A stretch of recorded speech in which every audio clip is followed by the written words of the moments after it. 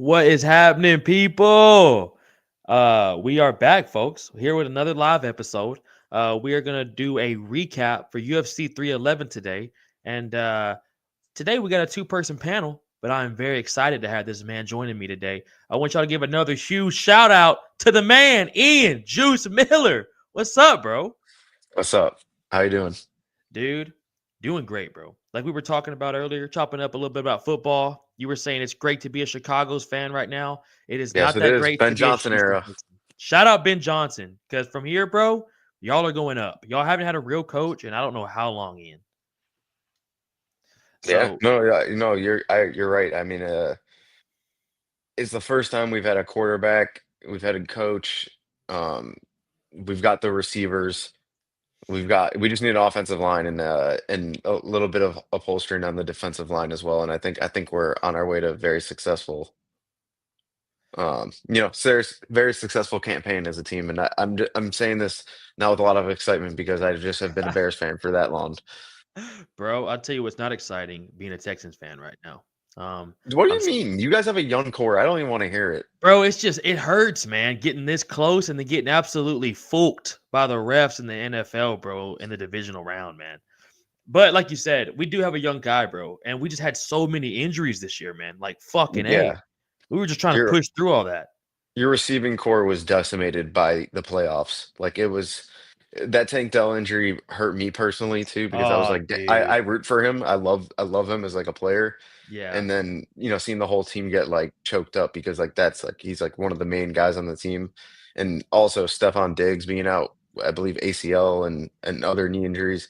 That was just rough too. It was just I like the Texans as a team. Like outside of they're not my number one team, but like obviously because the Bears are, but they're a fun team to watch, and I do enjoy watching them play. With Joe Mixon too was a great addition. God, bro, he was a great addition, bro. Who else is a great addition, Ian? Which I'm glad you said something about that. Shout out the man, MMA Anomaly. Coming How we in doing, hot boys? with the air No, no, no, horns. no. Yes, sir. It's that time, baby. Time. How we doing? Doing great, dog. I haven't had you on the show in a minute. How we feeling, Olin? Dude, feeling good. Fresh back at home, back from UFC 311. One of the sickest venues I've ever been to, man. So yeah, we are good. We are happy to be here. Olin, No, we can I need a tell we you- need a we need a rating on like we need the whole background of it all. I was just about to say, Experience. Ian. I was just about to Don't ask don't you're not that. gonna bypass that like I that. was Like just come about to on. ask that, Ian. I was just about to say, real quick, dog. We're into some UFC talk right now, but before we get into it, bro, give me the breakdown of that arena and the whole vibe there.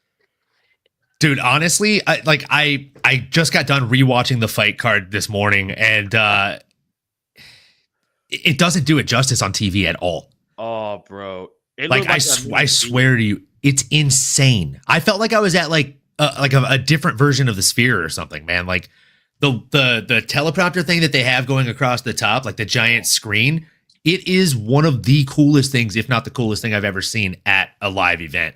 And bro, the creative packages that they built out for each fighter, like not just the main card fighters, but all the fighters, they had really cool like intro packets and the stuff that we all beg for on Twitter, right? Like we miss 2005 to 2015 MMA where you'd get the old school UFC music in the backdrop and you'd see the like kind of color drained to an extent videos of the fighters talking about, yeah, this was a really good fight camp. I'm going to go out here and put it on this boy for blah, blah, blah. Like they were playing those in the arena. So like, again, it just, everything felt perfect about this event, man. Yeah, I couldn't have loved it more. And again, I'm not sure if you actually noticed on TV, because I don't think it really did it true justice, but when the red corner would win, every single light in the stands would turn red. When the blue corner would win, every single light in the stands on the seats would turn blue. And after each fight, they'd play like high energy EDM music, and every single light would strobe like different colors and stuff. It felt like you were at a rave in between fights. They also did fighter trivia. Like you have buttons on your on your fucking seats, right? Like on the handles or on the armrest. Yeah. The first round knockout that we got, I think like early in the main card, maybe it was the Kevin Holland fight or something. They were like, all right, guys, UFC trivia. Put your place your bets or place your answers. And they like turn the different buttons, different colors, asked us 4 UFC questions, and then the person who got all 4 of them right it showed like where their seat was and their name, and basically I think they got a prize or something. Oh damn, that's what's up. That he's the one that built the stadium. He owns the Clippers, and he basically started like Microsoft, I think, too. I think that's how he got his money. But that's besides the point. Shout out to him for a fucking great venue. Olin, was it? It didn't look like it got packed there, like damn near the main card, bro. What the fuck? It was crickets. It was crickets. I know. I literally like, dude. If you go back and watch the prelims and the early prelims on ESPN, you can literally hear. You can hear the crowd. Like, when can you actually hear the crowd? They usually do a great job of blocking it out, but because it was so quiet, it was picking up everything. Like, I heard the, let's go, Ricky. Like, I started that chant, and I heard it on TV when I watched it this morning. I was like, hey, that was me. I started that. I was that guy. I was that guy. Oh, bro, I shouted out crossover on my buds watch along. Dude, real quick, that's what I want to throw in real fast, Anomaly, before we get into this card. How was it meeting crossover in person, bro, and linking up out there? Y'all's live at 1 o'clock in the morning was fucking amazing. Y'all being together in the same live at 1 a.m. was so goddamn funny, bro. Dude, it was fire. It was fire. It's one of those rare occasions of meeting someone that you met online and they're exactly that person in person. Sweet. It was awesome. It was awesome. Like, he just felt like the same dude that we chat with on the pods, and like literally had breakfast the next day, like chatted about the fights. Like, I mean, like, we just had like the same conversations that we were having on air, off air. The difference is on air, I'm, a little bit more sauced up, but that boy big. I digress. That boy big, dude, he's a big guy. He's a big guy. He's super tall. Dude. Like, he simply, like, he dwarfed like Chris Weidman and the boys. Bro, that was insane. Watching y'all at the bar with Weidman, Marab, Aljo, that was fucking badass, bro. Literally, we didn't plan that. Like, I got there and I hit him up and I was like, hey, do you want to go grab some dinner? And he's like, yeah. I was like, do you have a place in mind? And he's like, well, my boy and me, we saw this place when we were like leaving the arena earlier for weigh-ins. We could go there. I was like, dope. So I went to his hotel, dropped off my mic and stuff because we planned on doing a show after, and then called an Uber to the place. As we're walking up, there was only like 2 people in line to get in, and we're like, cool, I wonder if we need reservations or if we'll be good to get a walk in. And like, when I walked up, like, there were plenty of tables open, but there was like 20 or 30 dudes just hovering around the bar in a weird way. And I'm like, what in God's name is going on here? So I like, after they sat us, they literally sit us like on the side end of the bar, and it's an open exposed bar so you can see through. And I peek through the glasses and I'm like, is that Aljamain Sterling? And he turns around, he's like, what's up, man? And I'm like, what the fuck is happening right now? That video. And then I look past and I'm like, oh, there's Weidman too. And I realized like they were doing an event for New Amsterdam Vodka because they're all sponsored athletes by them. And he was promoting his new Funk Harbor rum, which I'm not a big rum guy. It's fantastic. It's fantastic. It's super smooth. Like, I literally was like, yeah, let me go ahead and get a Coke back because I'm not a rum guy. And didn't really need the Coke. Super smooth. I will tell you, I did more than 2 shots, but less than 10 shots, and we'll leave it at that. I like that, brother. Man of moderation. I respect it. Bro, nothing but respect. But Olin, as much as I would love to sit here, brother, and just ask you an hour's worth of questions about how that night was, dude, we got some fucking fights to break down, son. And we got some bangers to break down. Now, me and Ian were talking about before this card, brother. There was a couple prelim fights that were a little snoozy, a little pass out on the couch-esque type of fights. Yes, brother. But overall, that main card really saved it at the end, brother. So I appreciate everyone in the chat right now. We got 47 of you, and folks, we're about to go ahead and get right into this right now. And shout out Ian Miller, folks. Ian Juice Miller. I said Juice Man last time I had him on the pod. All the air horns. My man, Olin, I called this man Juice Man Miller for 70 times, and he didn't correct me. Bro, I watched, and I laughed out loud at that. I laughed out loud at that. So mad at I got off, bro, and I was like, I was surprised he didn't correct you. Dude, Ian, The first time you said it, I saw like his eye twitch, and I'm like, "Is he gonna say something?" And how many times is this gonna happen? And every time it happened, I couldn't contain myself. I was laughing out loud. Bro, I rewatched it when I got off a little bit, and I was fuming with myself. I was like, "You suck as a podcast host. How did I say Juice Man the whole time?" Hey, it's all good. You know what? Like, in being in this game, I've been throwing some wild shit, but that is probably on the list of non-wild. Hey, Ian, I appreciate that, dog. But brother, we got some wild shit to get into with this night of fights. And I am beyond happy Perfect. Olin slid in that last second there because I might need him with a couple of these names. But Olin, let me go ahead and take the crack at this first one. We got Tagir Ulanbekov versus Clayton Carpenter, boys. Ian, did you watch this fight, brother? And what'd you think about it? Yeah, well, actually, no Clayton from Arizona. So he's a good fighter. But there was there was levels to this game, and it kind of shown in that way active of a fighter as well. I'm not gonna even try to pronounce his name because I'm gonna offend somebody by how bad I'm about to butcher it. So I think Tagir is the first name. So it showed like he's active, way more active of a fighter, and being an active fighter comes with more experience. Um, you know, with Clayton's record being what it is, as non, he had double the fights. So like, you know what I mean? Like, and he's an active fighter, and like I think that plays a huge factor in this. Other than the fact that he has that Russian wrestling background, so I think that all in itself is kind of like a match made in heaven, especially against the grapplers who's very comfortable off their back, and it's not a place to be in MMA. You don't want to be on your back. You're losing, so you need to get off your back, get up, and get going. If you're going to play the ground game, you need to be the one on top. That's just the way I believe it. Even though that might be old school, but kill me. Hey, I love that. I love that take about it, bro. Olin, who did you have going into this fight, brother, and what you think about it, man? Man, it was a bit of a heart brain backlash here. Like my heart had Clayton Carpenter. I wanted to see the kid do well. 8-0 coming into this. He looked really, really good. And he looked like he had the tools in the belt to beat the young man in front of him and Tagir Ulanbekov. But my brain was telling me Ulanbekov was probably going to take this one with the grappling prowess that he has. He's just so damn strong when he does get on top. And the thing is, Clayton did a really good job, and we'll get into this probably later on when we talk about the Peyton Talbot. Ironically enough, their names rhyme, and they had the same exact issues in their fight, good old Peyton and Clayton.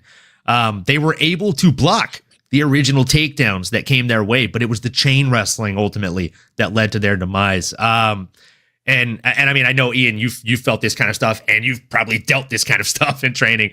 So like, if that first takedown doesn't work, if you have it in the tank to continue and switch the direction of that single leg or change to a blast double or something, right? Like, that's when you're actually going to see things pay off. And that's what we saw happen more often than not in this actual bout. He got 3 out of 6 takedowns, racked up a hell of a lot of control time out of it, and ultimately got a well-deserved decision win over Clayton Carpenter. But I was impressed with Clayton Carpenter. The fact that he got controlled as much as he did and still matched his opponent on significant strikes landed says a whole lot about this kid and what he does bring to the table. I don't think it's a back to the drawing board situation for Clayton. I think it's more of a tough night at the office, and you drew a short straw. It was a bad stylistic matchup for you. And I do think if you run this fight like another 10 times, Clayton probably wins 2 or 3 of them. Like he's got that dog in him. I wholeheartedly believe that. So good win for Tagir Ulanbekov, but Clayton Carpenter loses no momentum or no steam from this. What do you think, S-Dogs? Bro, I think what you said at the end there was a very good statement right there, brother. He's a great fighter still, especially at flyweight, dude. They need more guys like this. And he just got dealt with the motherfucker, dude, with that type of Dagestanian wrestle who's just gonna wrestle fuck most of everyone they fight, bro. Unless your name's Marab Duwalish Lily, but we're gonna get to that at the end. But yeah, I think you boys really summed this up perfectly. I can't wait to see more from Clayton Carpenter. Man, bro, he just got dealt with the motherfucker of a matchup, dude. But shout out Clayton Carpenter, bro, and I look forward to seeing him again, man. I hope he comes back pretty quick too, bro. He's fun to watch, especially for 125. But boys, real quick before I move on to this next fight. Anomaly, how do we do on that Eileen Perez wager? You're muted. You're muted, brother. The elusive double mute. You love to see it. No, it was one of the few wagers that actually hit for me on the night because, man, we had some weird fights. And unfortunately, I put Umar Nurmagomedov on a vast number of my parlays. So the parlay killer he was, folks. Bro, but Eileen, my goodness, she might have been my favorite person of the whole damn night, folks. Hey, she definitely was Marab's favorite of the whole fucking night, folks. Sheesh. But we're going to get into Eileen and Perez. But before we do that, we got an absolute bantamweight scrap that I want to touch up on, boys, a little bit here with Ricky Teresios versus Bernardo Sopai.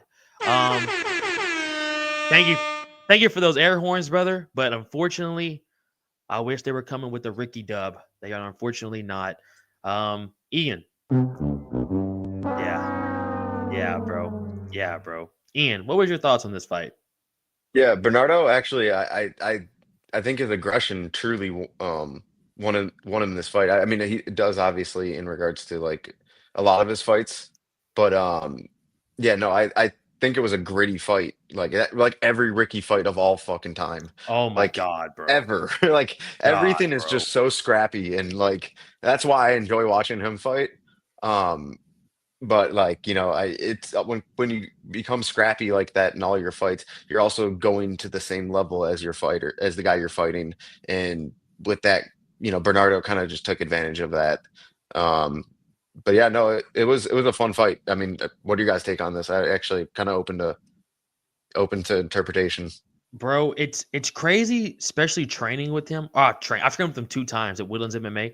It's crazy seeing like how technical he is, Ian. Like you said right there, he just comes in there and gets in these scrappy fucking dog fights where whatever happens. You can't break down film on Ricky and even guess what he's about to do because he don't know what the fuck he's about to do. But when you see him hitting pads, bro, when he's at the gym hitting the bag and sparring, dude, he's a monster. I mean, even on the Ultimate Fighter, he was dogging dudes. So it's crazy, man, seeing like when he gets in here with these big name fights, not even big name, but like guys that have been in the sport a while. He just goes in there and makes it a fucking street fight, man.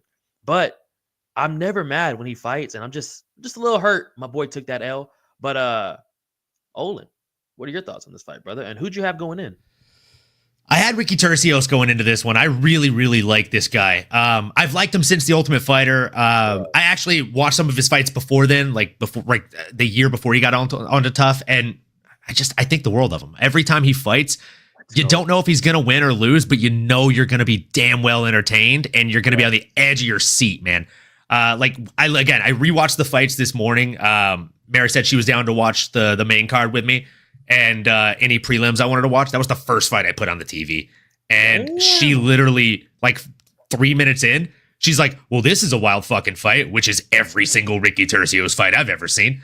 And she's right. Like, that is exactly what it is. And it's really different watching it live in the arena without the commentary, right? Because you do get a bit of a different take on it. But then coming back and watching with the commentary, it's great whenever, again, they're almost saying exactly what you were thinking, but in more articulate words sometimes, especially when John Anik's the one saying it. And he said something that I heard him say this morning on the rewatch, and it was maybe not these exact verbiage, but something to the tune of, Ricky Teresios is a wake-up call to anyone who thinks they have good cardio. Bro, 1,000%, bro. And at the deep breaths that Sopai was taking. Like, from the second fight, or from the second round in, he was already doing that. But then again, like, if you, and you don't see the stats pop up the way that you do on TV when you're there live, but seeing this stat pop up when I was watching it this morning again, I think it was the second round, like halfway through, it popped up and it's all significant strikes landed. And Teresios had landed like 3 more significant strikes at that point in the fight. Sopaj, and then it said percentage of strikes that were significant strikes thrown. Sopaj had thrown 92% significant strikes, and Teresios had thrown 48. So, like, it's a differing range of how they're managing the gas tank, and Sopaj is throwing everything into all of these shots. So, I mean, my biggest takeaway, other than the fact that Ricky Tercios is just fucking awesome to watch, I already knew that, is Sopai needs to take a little bit off of some of these punches, right? Yes. We've seen a lot of coaches tell these fighters, especially up and comers, like, hey, breathe. Like, it's one of the biggest things you hear Whitman tell Gaethje in between rounds. Like, hey, yes, dude. what are you doing? You're trying to take his fucking head off. Take a deep breath, take a step back, just land strikes. And then you can fucking land those hurt makers, man. So Sopai just needs to take a step back, take a deep breath. You know, maybe not so many deep breaths during the fight. And Very true. Work on that gas tank, because that seems like his only flaw. And at this rate, maybe 3-4 years from now, Albania might have their very first UFC champ. And bro, his style is a lot like the man right here who my boy Estate MMA thought Juice was. Shout out Corey Sandhagen, baby. And shout out Juice for the lookalike. Glad to have you in here, Estate, as always, brother. But yeah, man, I see a lot of good things going forward for Ricky, bro. I hope the UFC gives him a couple more fights. He, like you said, bro, you turn on a Ricky Tercios fight, you're never gonna be disappointed. It just didn't go his way, man. You know. And what else didn't go his way, brother, was undefeated fighters nights to Saturday night. Yeah. Oof. We had 4 fighters going undefeated, boys, and all of them came out with an L. One of them being this man right here, which I'm gonna need that Olin pronunciation right here, brother. If you want to go ahead and hit that. Yeah, man. We got Rinya Nakamura coming in against Muin Gafarov. Olin, go ahead and take it, brother. Man, this was one of the funnest, least fun fights I've ever watched. And I say that with all due respect to both fighters, because the fight itself was a blast. It was a blast to watch, especially live, dude. But the amount of people I heard around me saying, like, well, this guy's getting fraud checked about Nakamura was insane. And I just think a lot of people were discrediting his opponent going into this. I think a lot of people thought Muin Gafarov was just getting fed to this, you know, Olympian level wrestler as cannon fodder. And that simply was not the case. And Muin, like, before the fight started, I kid you not, he smirked at Rinya in the weirdest way. And I looked at Crossover and was like, well, that's fucking terrifying. I'd be scared as fuck if I was Rinya right now. Like, he literally, I was like, he just looked at him like he knows a secret that nobody else in the arena knows right now. And it turns out, folks, he fucking did. Because he put it on that young man. I thought this was a very, very fun fight. It showed that Nakamura came in here as an elite level grappler, but there are levels to this in and outside of the UFC octagon.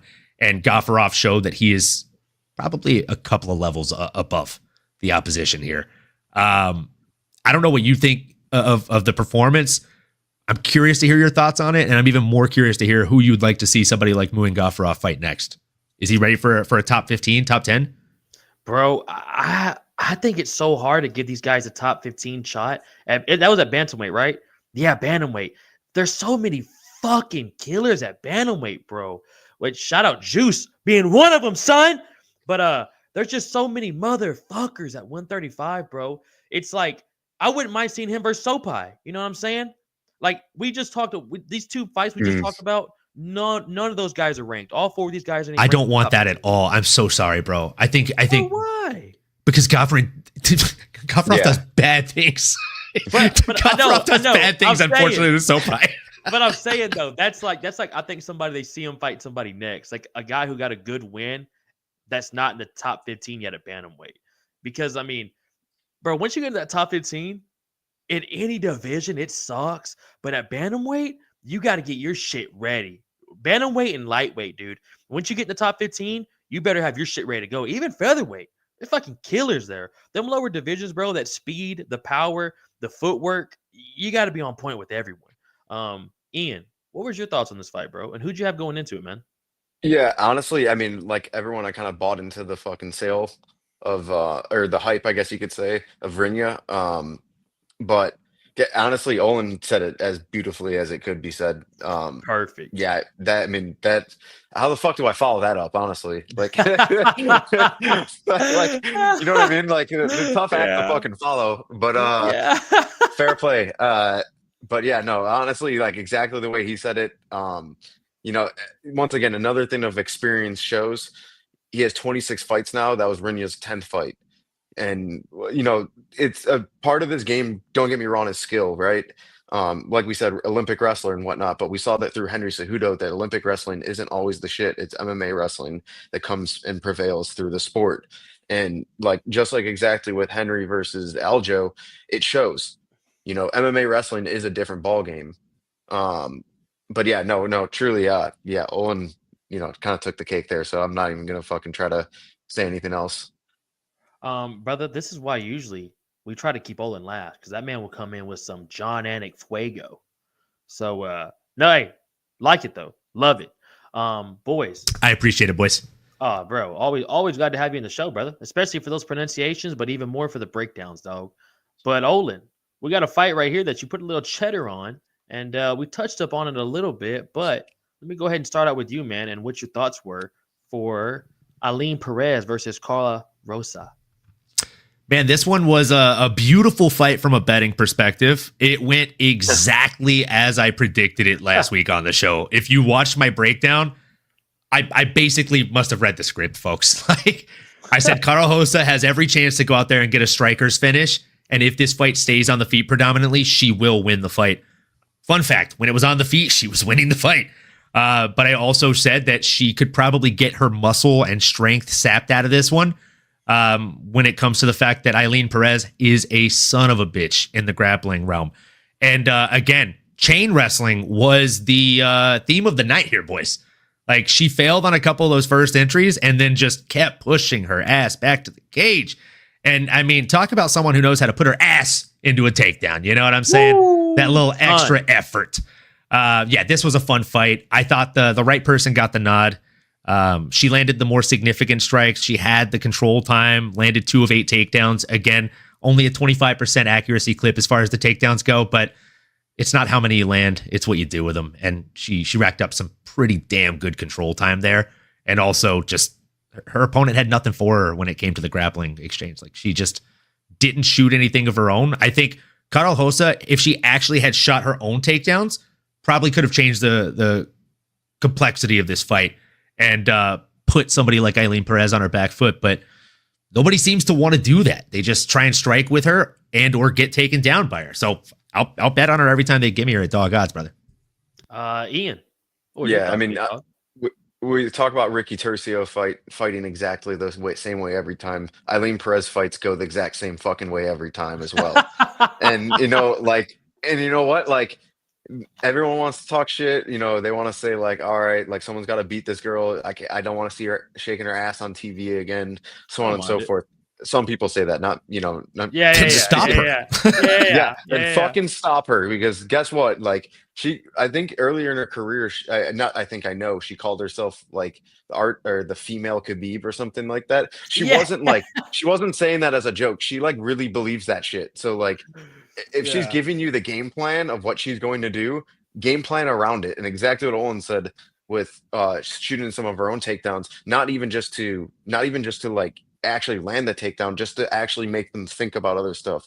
And that is a big part of MMA that I feel that gets underutilized, is the actual aspect of MMA, mixing in your takedowns, coming up with strikes, things like that. Like we'll go into that in a little bit with Marab, but like a great example of when you chain your takedowns, your failed takedowns, with strikes, or even faking a takedown and coming up with strikes. Another great example, but I digress. Bro, no, you're 100% on. I mean, you and Olin just fucking nailed that. There's really nothing else for me to say on that. You boys just fucking clean the plate, son. I love it. Can I just add one more layer to that? If you got something to add, fuck. Well, I don't know what I do. Add. I mean, look, I think just because Juice said this, like she called herself the female Khabib, right? And she's not joking. She's literally telling you, like, hey, she's coming in here with father's plan. Fun fact. Do you remember the last time she got beat in the UFC? The one time she got beat in the UFC? It was by a young lady named Stephanie Egger. She's fucking 8-5. Damn. She's got a 500 fighter record, right? Like she's not the best UFC fighter in the world, but you know how she beat her? She attempted 7 takedowns and got 2, almost identical to what Eileen Perez just went in here and did on Saturday fucking night. She's not a good wrestler off the back foot. You put her on her ass and it carries weight. You know what I'm saying? It's hard to get back up sometimes. So, Yeah, I think the way to beat her is to push her with her own game, wrestle her, tire her. And I mean, if Stephanie Egger is able to do it, the top 10 can do it. I just don't think they're going into it with the right game plan, a la Peyton Talbot. Ooh, hey, that's a Dun, great dun, fucking dun, breakdown, dun, bro. dun. That's a great fucking that deserves a little touch of air horns, brother. Just a fucking touch of the air horns. Thank you, dog. But boys, I got another fight to bring to y'all. And by the way, I don't know if y'all have noticed this. This is the 5th fight I'm about to show y'all. We've had 5 straight fucking decisions, boys. Not a exciting night of fucking finishes, but exciting night of fights, though. We had Grant Dawson versus Diego Ferreira, which I thought the old dog Diego was going to be able to pull this off. But as always, Grant Dawson's come through and just wrestle fuck somebody to death. Yeah, brother. Just Grant Dawson doing Grant Dawson shit, folks. But Ian, how about you start the lead on this one, bro? I think this is another shining moment of Grant Dawson moving camps and going to ATT and working with I don't know. Honestly, they're true professionals there. They have like 3 or 4 different crews that they have corner people based upon like your archetype. You know, like they got the Brazilian squad, then they got all the Russian dudes squad. Like they have their squads and cornermen for each squad. For some, like it's fucking. I got to give my hats off to them. It's fucking hilarious, but it's genius. And so I think him working. I think it was Mike Brown, if I remember. Yes, sir. Correctly. Yep. And I mean, how do you talk shit about a guy that first off reached the highest level himself, second off brought other people to the highest level like Kyoji Horiguchi, who should be back in the UFC's 125 division soon as he asked for. But also, you know, I mean, the list goes on and on. Like, you know, of all the Mike Brown trained fighters that have fucking just reached the peak. And once again, like, you know, to become the best, sometimes you got to work with the best. And for him, that's what it's showing that is the guy to be, you know, to be the one to work with. And, you know, just another Mike Brown fight. Like Western just said, bro, Mike Brown is the GOAT, dude. He's one of the best coaches in the fucking game, man, which is why so many fighters still stay with him, bro. And he's in a big ass training camp like ATT down there. But real quick, before I get to Olin on his thoughts, I want to give a huge shout out to Mitman Joe, baby. Woo! What's up, brother? This is Fury FC's cut, man, folks. If you're wondering, what's up with Mitman Joe? Had him on the podcast 2 days ago. Go back, look that up, folks. Give this man a follow as well. I will be February 2nd. I will be cage side with my dog, Mitman Joe. Shout out fucking Joe. You're the fucking man, brother. But Anomaly, what were your thoughts on Grant Dawson coming through with another usual dub? Man, Grant Dawson is somebody that you know, he might not always be the most exciting fighter to watch from a casual fan perspective, but again, like just like Mike Brown, you gotta respect the work he's put in. And he has Mike Brown in his corner, which makes a vast difference in what he's able to do. This man is a game planning machine.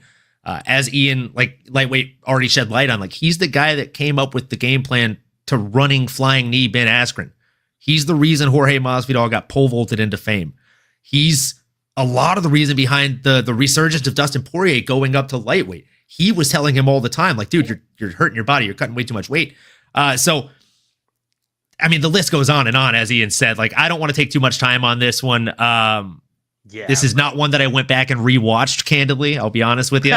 Wasn't ripping and roaring to put it back on the TV. Brother. No, brother. But be honest with me, Olin. Did you go get snacks when this fight was happening? And just be honest. I wished I would have. I wish I would have. And I'm not but hating, I didn't. brother. Like I said, I know how it goes, man. You got to get the. I will tell you, I went and got my second drink of the night during the Jailton Almeida fight, and that was a fucking mistake. Hey, I was just about to say, you might that was a fucking mistake. Brother, I can't believe that. Although, as a betting man, you know what? That might have been the fight to choose. If I'm going to call spade a spade, you know, Facts, like he did his research ahead of time in regards to like when he was going to go get drinks, and that like if I was to throw money on one of the boring fights, and you know, if that's going to drag out, honestly, you know, shout out to him for that. That was a good choice. I thought the over was safe. I thought I had a round and a half there. You definitely had a very educated decision there, and you know, it just didn't end up working out. And you know, you shake it off, dust it, and then you know, come back to the next one, holy guns blazing. I turned around, I saw the screen, I realized I had just missed the finish. I turned back, I looked at the bartender, and I was like, you know what? I will make it a double. Yeah, facts, bro. Facts, bro. Sean, I big appreciate you for watching, brother. W Mitman Joe, as always, dog. Sean, no need for this bullshit. Hey, Sean, look at me. I'm looking at you. No need for that. All right. Hey, we know what happened. All right. I don't need you in the fucking comments rubbing that in on me, Sean. All right. But anyways, boys, back to these fights. Mitman Joe was a great interview. Will, always appreciate you, big dog. And folks, by the way, real quick, this man below me, MMA Anomaly, is also doing interviews. If you're wondering, how the fuck do I find that guy's channel? It's scrolling down at the bottom as well, folks. Give my man MMA Anomaly a shout out, folks. I'm just pissed as you. Sean, so is Ian. I brought it up to Ian. I thought Ian was just in the Texans earlier as well. And he was like, brother, I was rooting for them just as much as you were. Because fuck them Chiefs. I'm tired of the Bills and the Chiefs. Well, I'm sorry, Sean, because it's going to be the fucking Chiefs and the Eagles in the Super Bowl, probably, brother. But yeah, no. Hey, let's go Redskins, Ian. Let's go Redskins. No, hey, no, I'm rooting for them, but once again, like I just the facts of life are Saquon Barkley's going to Saquon Barkley. Saquon Barkley going to Saquon That's a Barkley, fact. brother. And shout out to anyone who played fantasy football this season that got Saquon Barkley. Like, both give You're yourself a pat on the assholes. back and go fuck yourself. Yeah, thanks, Ian. Same thought process, brother. Like, give yourself a pat on the back and then go fuck yourself. Boys, you know what's not going to fuck ourselves? It's finally getting a finish right here. It took us 5 fights, but we finally got one in Olin. How lit was the crowd seeing Anthony Smith Jr. walk out against Billy Elikana? And shout out Billy Elikana for stepping up on 5-day notice and taking this fight against Anthony Smith Jr. But Ian, what were your thoughts on Bogdan Guskov getting a dub against Billy Elikana? Honestly, and like that whole joke was like a big part of the Wayne show. Was literally just calling him Anthony Smith. And honestly, like I still can't get past that, which was honestly just to even throw it back to that weigh-in show, a nuts weigh-in show because they released about the main event being changed on it. So I was like working, and then all of a sudden saw it, and I was like, holy shit. Yeah. But yeah, no, honestly, like, well, I believe it was a second round submission, if I remember correctly. Yes.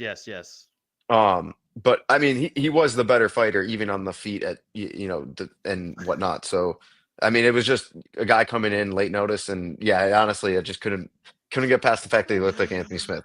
Also, dog, on that weigh-in show, how about Chris Weidman retiring? Yeah, that broke my heart, dude. I'll be real with y'all. I was full on crying.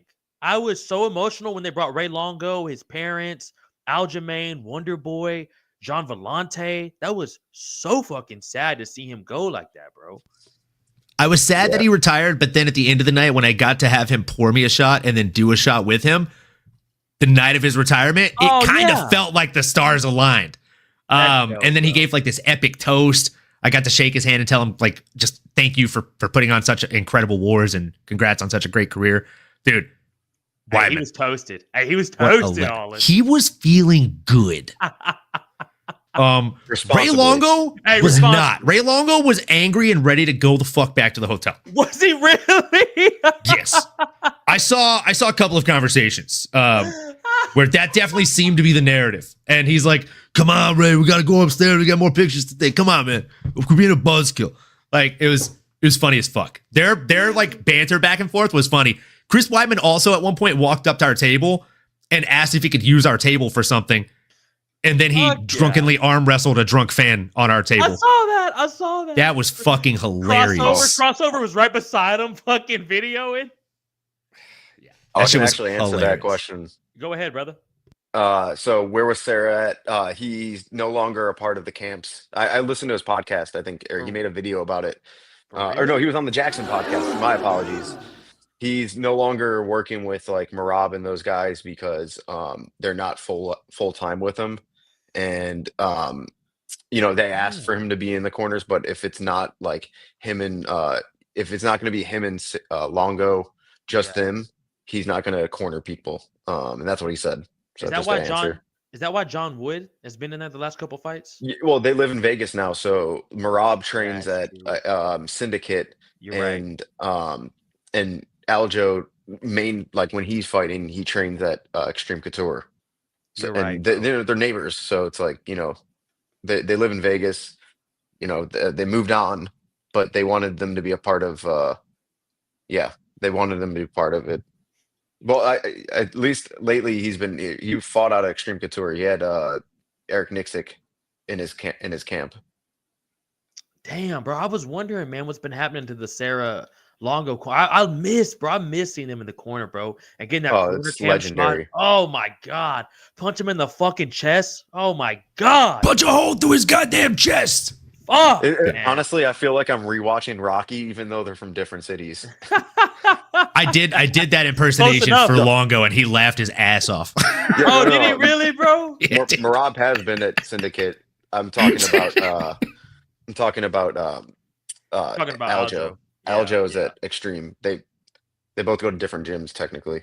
Yeah, checkmate. I can't. But the believe he's support over they there still with have is Hollywood. nice. So nice Oh, for each bro, other. It's amazing. It bro. reminds me of how Aiden and I are. He actually messaged me, Let's go. messaging me saying, he like with the thing, and he was like, "This is me after your last fight," because there's literally a photo of him behind the camera guy who I'm being interviewed by.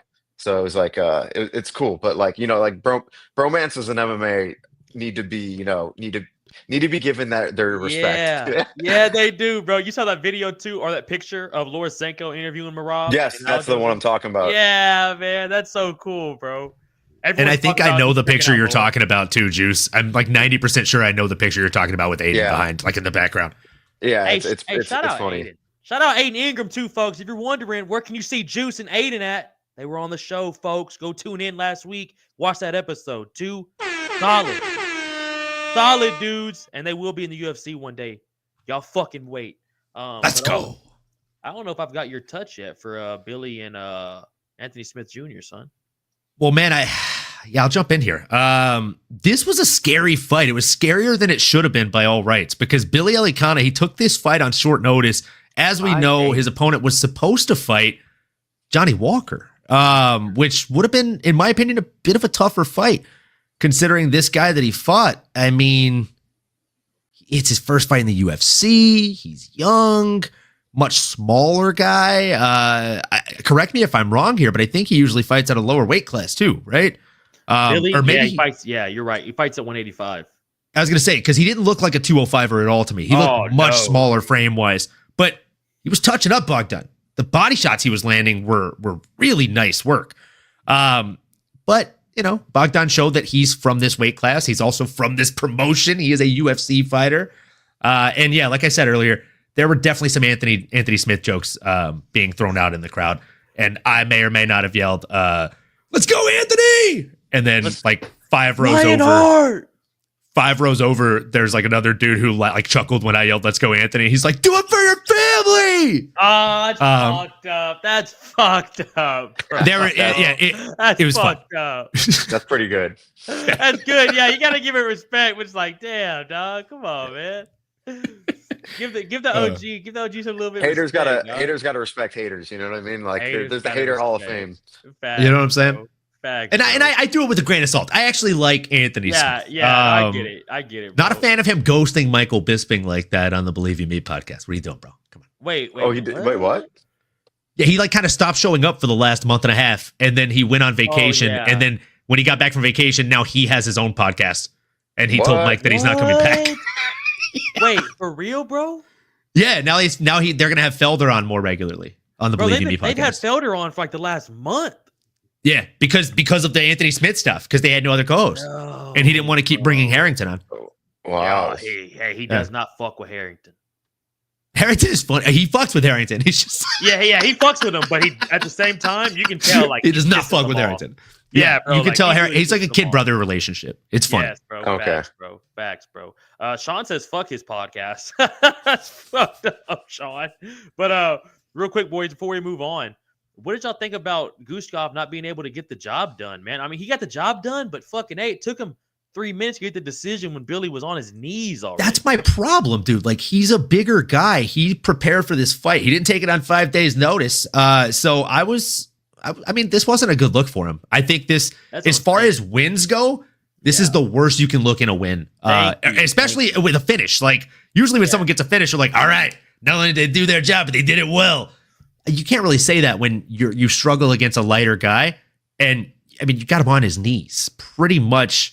Like there at one point, I don't know if maybe I was seeing things from the angle I was watching at, but it looked like Billy was like, yeah, finish me. Like, tap me out. That's what I'm saying, bro.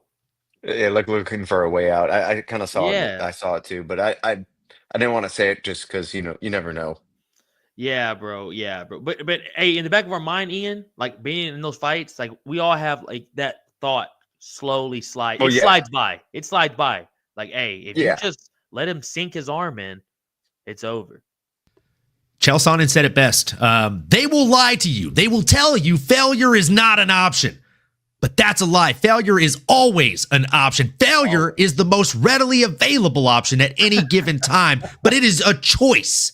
And you choose whether or not you're going to give in to failure. Facts, bro. I can't wait for him in DC. I think this is the best idea they've ever had. Ian. Sorry to cut on the side of it, but like No, I was going. the two of the best actual coaches from the show's history Ever. and they're retired, so they don't have to worry about their fights or anything like that. Oh man, this is whoever at ESPN came up with that chef's kiss. You deserve whatever raise you just got. And The bro, think only about thing it- that could have made this better. Oh, sorry. Go ahead, Astok. No. Go ahead. I was going to say the only thing that could have made this better is if they could have gotten like some of the old people that maybe failed to win their season that they've coached. Like Joe Giannetti, who's still trying to get into the Ultimate Fighter under DC again, would have been a fun story. Like not all the contestants, but like Yeah. Joe Giannetti still fighting for like LFA and like Legacy. Yeah, I don't know why. He said he tried out or like he hit up production to try and get on the tryouts. I don't know why he's not signed. That's my bad. My bad. Same. Okay. I don't understand no, why I- Joe's not in the UFC. I think it's bullshit. Sorry, no, not okay. That did sound bad. Okay, No, Joe should have been in the UFC 3 Ian, fucking years ago, Ian, kid. I You're was absolutely like, right, damn. Ian. No, Yeah, no. facts, Don't get me wrong. I'll talk my shit if I talk my shit, but that's a guy I respect. Yeah, I can't talk shit about that guy. It's like he like isn't he Facts. living like a van? He's like, Or like a why? bus? Fuck that guy. Yeah. Bro, I know. He literally I was like, he damn. drove from the East Coast in a bus with him and his dog to AKA to come train. Yeah, Oh, that's what I I mean. fuck with like- Joe like- hard, bro. That's cool. Yeah, how can you hate that guy? Yeah, that's cool, man. For real. There's a lot of people I can hate on, but that's not one. And guys, speaking of fighters you can't hate on, you cannot hate on this man for getting the job done against Zachary Rees, boys. We got to see 2 back-to-back finishes with another absolute fantastic win. I mean, this Zachary Rees was out cold, boys. I love Zachary Rees, but yeah, Olin, what you just hit, this was a finish him type of moment. We got Asmat Bikioff versus Zachary Rees, and I'm pretty sure I butchered that last name. Olin, go ahead and take the reins here, brother. Who did you have going in, and what are your thoughts of Asmat getting that absolute fucking nasty knockout? Oh, man. If I had a shot glass and a bottle of whiskey at the desk, I would do a shot right now because I got this one wrong, boys. I don't blame you, bro. I thought Rees was going to have every path to victory in this. His opponent was jumping into this fight, and I felt like his opponent could have the opportunity to be a little bit of a fish out of water with somebody like Rees because even though Rees hasn't had the best, run in the UFC thus far, I thought it was simply due to the fact that they have fed him to the wolves. Oh my God, Olin. I mean, like they truly have, right? Like Kind of Yes. did again though.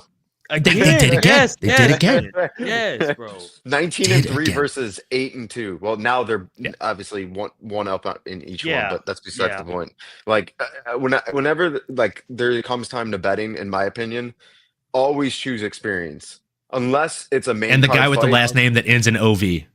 Yeah, well, yeah, Yeah. or that has like a flag of a Eastern European country that you've never seen before. Those are the guys that you always throw your money on. You know what I mean? It's a flag you haven't seen. Put a unit down. Yeah. No, Yeah, seriously. bro. Like if it looks like they came from what used to be a part of the USSR, probably bet on them. USSR. I'm just This saying. fucking guy. Hey, but you're not fucking lying. It's not if you don't know nothing about the fights, if you just want to go based off of that, you're gonna win 8 out of 10. So Yeah, and I'll take ain't those hating. odds every fucking day of the week. every fucking day of the week, bro. Yeah. But dude, I got it wrong. but Olin, I was just about to say, but dude, I don't blame you, bro, because Zachary Rees is a motherfucker. He's a motherfucker. He's I don't know why he strong. cut the mullet. He should have kept the fucking mullet. First of all, That's probably what happened. Honestly, I think he came in there like Samson. He lost the hair. He lost the power. yes, brother. What are you doing? You got a fucking flaming ass mullet, son. Let's go out here and put that thing to use. He cuts the mullet and he comes out here and fights a motherfucker. And man, bro, he was out too, boys. Did they? I was gonna ask because I didn't actually have a chance to go back and rewatch that one on video yet or on TV yet. But did they show how long he was out on TV? Or did they just kill time with a lot of commercials? Okay. Time. Yes. Because he didn't move for like 5 minutes, and then when he did move, he sat on the stool and he like almost fell off the stool like twice, and they had to help him out of the cage. I've seen that once with I was live. I forgot what was the main fight, but it was Misha Tate, not Misha Tate, sorry. It was Valentina Shevchenko versus Jessica Ai. Yes, and bro. I was close to the front, and that sounded like a legitimate baseball bat hitting like a metal bat hitting metal post. And she was down for like 10 minutes. Like I'm not even joking, 10 minutes. So like same thing happened when I was there. It was like 5 minutes of everyone like cheering, and then it just got silent, and then they cut to really? Cut to commercial because she was still down for another like 5 minutes, and everyone just like didn't say anything because like genuinely worried because like you never know. Yeah, he was literally like locked up. His toes were curled up, and he was doing like the robot breathing, like Terry Adam after getting knocked out by Edson Barboza. Like that's the best way I have to describe it. And yeah, like when he did get up there, like, oh, he's not even going to stand up there for like the decision. I was like, he can't fucking stand. Like, bro, and he literally couldn't stand up straight. That's on the ground, and he wasn't even able to pull the shots back. So, bro. I think the shots did a lot of the damage, but the ref didn't do him any favors by yanking him away the way he did, the back of his head bounced off the mat, dude. That was Mike Beltran. Fucking slammed his shit. Bro, it was insane. Yeah. Big guy, bro. 185ers. These dudes are probably 215 while they're in there too. Two big motherfuckers, bro. And he's getting just grapple fucked too, man. So he's trying to like just move. Like I'm pretty sure like Ian knows, man. You're trying to get the fuck up any way possible. And sometimes, brother, you don't think about your fucking technique right, and your fucking hands are at their waist, and your face is just hit me, please. And these fucking Russians are like, we really do this. This is all we do. I will gladly fucking hit you in the face. So it's rough to see that, bro. It definitely was a canvas bang, Andrew. But boys, is there any other thoughts on that? And just a nasty KO, man.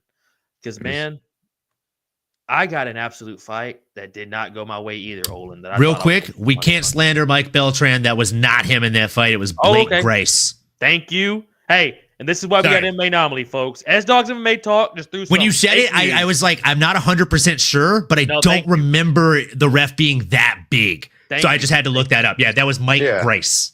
Thank you. Because Beltran's a big boy. Yeah, you're right. If Mike Beltran yanked him off like that, he may have thrown his ass out of the cage, doggy. Beltran tossed somebody, bro. Yeah, he tossed Yuri. Oh, Yuri, you're right. That's bro. I remember that. I remember that being Beltran because again, I watched that one again this morning with Mary, and she literally was like, "Now there's someone who actually trains in Brazilian Jiu-Jitsu. He rolled the right way. He tucked his head so he doesn't blow his fucking neck out like I did my first class." hey, live and learn, dog. Live and learn. Which is, hey, and you know what, Olin? Live and learn is what Peyton Talabot found out as well. He's gonna have to live and learn, boys, against an absolute dog. Raoni Barcelos versus Peyton Talabot, boys. I'm going to start off with you, MMA Anomaly. And let me tell you this right now, folks. Barcelos did not get enough respect. Him being a plus 700 underdog, a plus 700, is fucked up. But Olin, take the reins, son. Look, I'll keep it short and sweet. If you want to go back and watch last week's episode, I said the same things I'm going to say preemptively. Raoni Barcelos is getting massively disrespected coming into this fight as a large dog. A lot of disrespect, in my opinion, here. Because, again, like this guy is someone who has been around for a very, very long time. He's a Brazilian national championship wrestler. Like, not just Brazilian Jiu-Jitsu, but, like, wrestler. Like, so when you have Brazilian Jiu-Jitsu and you have wrestling, that is kind of a fucking cheat code here, folks. And he has exactly that. So the guy's a beast. He did not get taken seriously by Peyton Talbot. And if I'm being completely honest, like the craziest thing about this is I think Peyton Talbot could have beaten him if he came in with a little bit of a better game plan. From what I observed, it was a massive mistake in terms of game planning. Instead of low kicks and round kicks to the body and head, Talbot should have been utilizing straight and distancing shots like jabs and crosses, or teeps and push kicks to keep Barcelos away from that takedown range, or what I'd like to call it the fucking danger zone when you're going against someone like Howie Barcelos. This could have been a game planning issue from his coaching staff, or it could have simply been overconfidence in his own Brazilian Jiu-Jitsu skills. Because when he was on the ground, there again was simply not enough emergency there. There was not enough, like, get the fuck up and go. There wasn't enough panic and tact to get off his back. He was too willing to try and put up submissions and attacks from the back for me. And that's ultimately why he lost the bout. That and the fact that, I mean, like you said, dude, his opponent is a fucking dog, is Howie Barcelos. So, Juice, what were your thoughts on this fight, man? Yeah, so I have a couple of takes on this.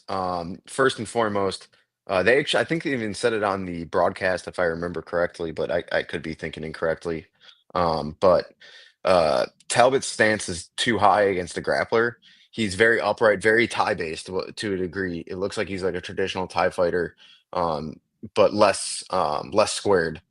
But still, when you're wrestling a grappler, or not wrestling, sorry, when you're fighting a grappler, you need to have a more staggered stance, and you need to be lower base. In addition, Barcelos is absolutely being disrespected. If you think about it, he's almost at the same level as Rafael Sunsao in regards to the type of gatekeeper he is. I'm just going to go through some of these names that have gone past him and then started rising up, just because I did a little bit of research. First off, Victor Henry actually passed the test. Kyler Phillips passed the test. Umar Nurmagomedov passed the test. And then there's other guys that have gone down because they didn't pass the test, and then they ended up panning out. So you got to, like, this is a guy that we need to view as the test, like a Rafael Sunsao in the sense of that. So yeah, that's what I think on it. And I think he was just being disrespected because people didn't recognize his name, because he was just viewed as just another Brazilian fighter probably. And Talbot kind of learned real quick. Being a guy in his position, you should have been training this past months rather, for a guy like this. Years. Should be expecting this, especially when I was watching him back in A1, Uriah Faber's A1 combat. That was the other thing that I was kind of watching and being like, okay, this guy can fucking strike, so you better be working on his defensive ground game. You don't even have to have offensive, just have defensive, like Ferreira, and obviously, a guy at that level of wrestling truly showed what chain wrestling was about once again, because sometimes he would stop the initial takedown and then once again chain wrestling right into the next one, which, well, once again, we've talked about already on this podcast, so I'm not going to fucking bore anyone with my analysis on that. No, bro, your analysis was fucking perfect there. I mean, that was Aiden. The way even the names, bro. I don't know why, like, these casuals don't fucking look into some of this shit, man. And this was a really crazy ass fight for Talbot. When I saw that they put him up against Barcelos, like Olin was saying, bro, I knew this was a true test. This was either you're gonna fucking sink or float, dog. Like, we can't just keep giving you favorable strikers. We're gonna give you a guy who's all around a motherfucker. Good at jiu-jitsu, good at wrestling, good at blending it in together, and it's striking. Bro, that Victor Henry fight, Ian, one of the greatest fights I've ever seen with him and Barcelos. Mm-hmm. One of the greatest fights I've ever seen, bro. And Barcelos is in those fights every time. Kyler Phillips, war of a fight. I mean, he's in here with motherfucking dogs, and he's always, like, he never gets finished. I mean, maybe I'm lying, but I can't remember the last time Barcelos ever got fucking rattled. This dude is for real a killer, man. I'm seeing a lot of fraud checks, a lot of Peyton sucks. Shut the fuck up. He fought a motherfucking dog. I know he's plus 700 underdog, but like you boys just said, he is so disrespected. And the way he fights, bro, it's hard for any fucking body, even anybody in the top 15, bro. So, I mean, shout out Peyton, man, for at least coming on, at least going 3 rounds with a guy like that. You know what I'm saying? And this next fight will be a very big decider for him. Ooh, it will really be the make or break, because as a fighter, your confidence is everything. And guys that go onto those losing streaks really have to mentally check themselves and figure something out. So I hope he doesn't lose the next one and that situation happens, because I truly enjoy watching him. And one day we might end up fighting. So I don't want to put that out of realm. I like. Oh, Hey, I like that. fair play. Hey, I like that. But Peyton, just like this comment, that's a great way you just said that, bro. His next fight is gonna be so fucking important, dude. Like, and you're gonna tell if the UFC likes him or not by who they give him. If they give him another type of Barcelos, or if they give him a favorable striking matchup. You know what I'm saying? But like we said earlier, and I'm said this every show, like Olin already knows, bantamweight's a motherfucker, bro. It's a motherfucker. My question is, because bantamweight is so stacked, Sterling, like, who do you give him? That's what I was just thinking, bro. I was just thinking that when I said that, because I was like, I mean, there's no easy striker. It depends. Like, that's what I was going to say. Like, even the strikers that are around, like, where he's fighting at now in that upper echelon, like, let's call it the top 30, top 20 of bantamweight. Like, the easiest striker you can give him that actually makes sense on paper would be a dangerous Davy Grant. And that's exactly what I just said it is. Dangerous, bro. Hey, I love that fight. But I like that match. Davy Grant versus Clayton Talabot. Yeah, man. I like you can't give him Charles Jourdain. I think that would be too tough of a test. But I'm just going through, that's like, too the far up the ladder right now, and like I'm just thinking of, like, because Cameron Simone, he already fought him. Ooh, he did. They already fought. He did. So that's too bad. Maybe a Javid Basharat. Ooh, yeah. Basharat would be fun. But do you want to risk burning out one of those flames? That's the only thing. That's the only things that would, like, halt the UFC brass from doing that. You know what? Wait, if it's Peyton, what about Victor Henry? Hey, I fucking don't like that fight for him, dude. Hey, I love that fight for Victor, though. You're gonna have to dig deep against Victor, bro. Yeah, dude. That's what I'm saying. But, like, it would be more on the feet, I think. I was gonna say it would look a lot like this fight, but more on the feet. Like, Victor would give him more opportunity on the feet. That's what I'm saying. And, like, I think a guy that hits as hard as Peyton, at least it looks like on TV, as hard as he hits, like, I think that would be an interesting one. Now, am I going to say that's a good level to put him at for his next fight? No. But I think give him, like, a pick-me fight, as I like to call him. And then, and then the fight after, put a guy against Victor Henry where he has more of a shot because, like we said, he's got some skills to work on, which naturally, like, we all, as fighters, we all have something to always work on. So, he's just got shown last night or 2 nights ago. Sorry. And the UFC, bro, they need characters like him, man. He's a weird guy. They need, like, bro, you got Frank Ocean. You know watching what I'm saying? UFC. Literally watching, sitting cage side. Frank Ocean came out of his cave. He was cage side? He was front row. Oh shit! He didn't arrive until right before the Talbot fight, and then I think he left. Yeah, he only came for the fight. He literally was there for the Talbot fight. Imagine being so sad. I mean, and think about all those shows he's been on. He's been on so many like 20 girls, one guy, like a bunch of like just dating shows, a bunch of like Frank Ocean. I don't know that we're watching the same channel, Sterling. Hey, don't worry about when S Dog looks up. Hey, y'all don't worry about when S Dog looks up. You better hope the government doesn't raid your search history. Hey, but real quick, I did say 20 girls, one guy. Don't get the fucking shit twisted, folks. Fair. But it's just yeah, bro. It's this weird fucking like world star fucking hip hop show they do, man, and he was on it. Like I know exactly what you're talking about. It was like a dating show. I'm just giving you shit, bro. Dude, real quick before we do move on to the next one, I had one other name. That, and you actually reminded me of this name here, Sterling, because you said character. The UFC needs characters. If we do want to see another grappling test for the young man, there is a character he could fight. Ooh, fucking Nomley's on Fuego today, son. I'm just saying I have thoughts. Like, I like that. Dude, I fucking like that, dude. Raul Rosas Jr. or Dangerous Davy Grant is the only thing he needs to fight next. I fucking like that. Do not give him Davy Grant. Do not give him Davy Grant. I wrote that name down, and I wrote that down like spitefully because I love Davy Grant, and dude. I think when Davy Grant comes, there's a tornado that comes with him, and one of my favorite, like one of your favorite fighters, because that man like puts it on every fight. He comes like twice a year and just absolute banger, spinning back fists, like he is just all over the place, like so entertaining. will never get his due because of his age and whatnot. But that man deserves his due. Like every time he fights, me and my MMA like group, like not our group, but like the group that of like the fighters that I train with and whatnot. Everyone's always been like, it's Davy Grant time. Like that's the only thing you have to write. Bro, facts. From across Davy the Grant pond, is awesome. Bro, he's awesome, bro. That Cheeto fight was fucking amazing. Oh my God. That should go down in like UFC Hall of Fame just for Boehner alert. Bro, and dangerous Davy Grant, he also comes with a tornado in, and he also comes with blood. That man's gonna bleed, and he don't give a fuck. Yours or his. Like when you're as pale as us, like you naturally bruise a little faster and cut faster. It's just, hey, if there's any judges watching this, refs watching this, just know that from like a place of us, like Corey Sandhagen, same issue. Just saying, just put that in the thought process the next time you're giving out scores. That's all I'm saying. Facts, bro. Who also is very pale voiced, but got the job done with a nasty submission is going to be our boy Ritter versus the Trailblazer, Kevin Holland. And since we were already talking right there, brother, give me your thoughts on this, man. And fucking A, man, what's next for Kevin Holland, bro? First off, fuck Kevin Holland. Shout out to my boy Rampage. How crazy was that?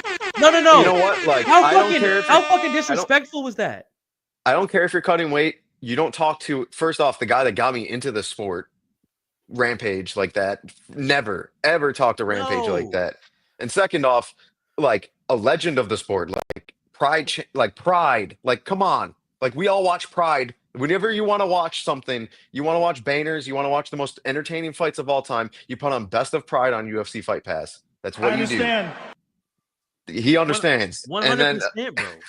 And then like the other thing too that you have to keep in mind here is like everyone's like, oh, keep the champion at one. He wasn't like, it's a major organization. Let's just call a spade, a 2-time weight champion. And the only reason he lost those titles was because some roided out Russian was allowed to fucking go crazy. Like, and then he just got fucking exposed too, but I'm not even going to go into that. I digress into what I'm actually talking about. But yeah, I mean, it shows levels. Like, what did he do in one championship? He got you to the ground, he took your back, and then he took your neck. Like, it was 3 easy step process. And like, if you're going into a camp and you have that enough time, and especially you're a very high level black belt yourself, why aren't you training like that with having people on your back? Like, why are you worried about this whole press tour? Get in the fucking gym, have someone on your back, and just say, and have your coach say, go. You got 3 minutes. Get the fuck up. Because your best, shown in his last fight, your best bet to beat De Ritter is by having him on the feet. That's all. I'll leave it at that. Sorry. MMA anomaly, all you, baby. Nah, bro. I mean, no, you're spot on. I mean, Maestro's with you too, dog. Fuck Kevin Holland, bro. Bro talks like he's an elite, but he's nothing more than a glorified gatekeeper. And also, why is he fighting at 85? That Ian, because he's too lazy to cut to 170. Go ahead, anomaly, take over. This is a professional sport. Come on. Sorry, he's too lazy to cut to 170. He could be a world-class fighter at 170, but he simply does not have the dedication or willpower to make that cut all the way down to 170. And look, man, I'm supposed to do a show with Nano later on this whole card, and I have probably 6 paragraphs typed about this fight alone in notes that I took today. But let me just read you the last 3 lines that I have written down. De Ritter said all week that he planned to submit Kevin Holland early on in this fight. Kevin Holland said all week he didn't care about this fight. Turns out both men weren't lying.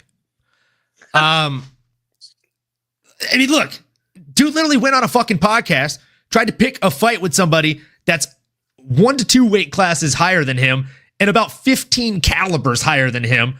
We're going back to the gun talk here, right? About 15 calibers higher than this motherfucker if we're talking terms of championship class and steel and brass. And he literally said that he didn't care about this fight. And you can just tell that he doesn't care about this fight. He had multiple attempts, multiple places where he could have butterflied up out of guard, but instead he just threw up kicks and held on to the ankle and just retained the position he was in and tried to throw up strikes. Just an ignorant game plan from a viewer standpoint.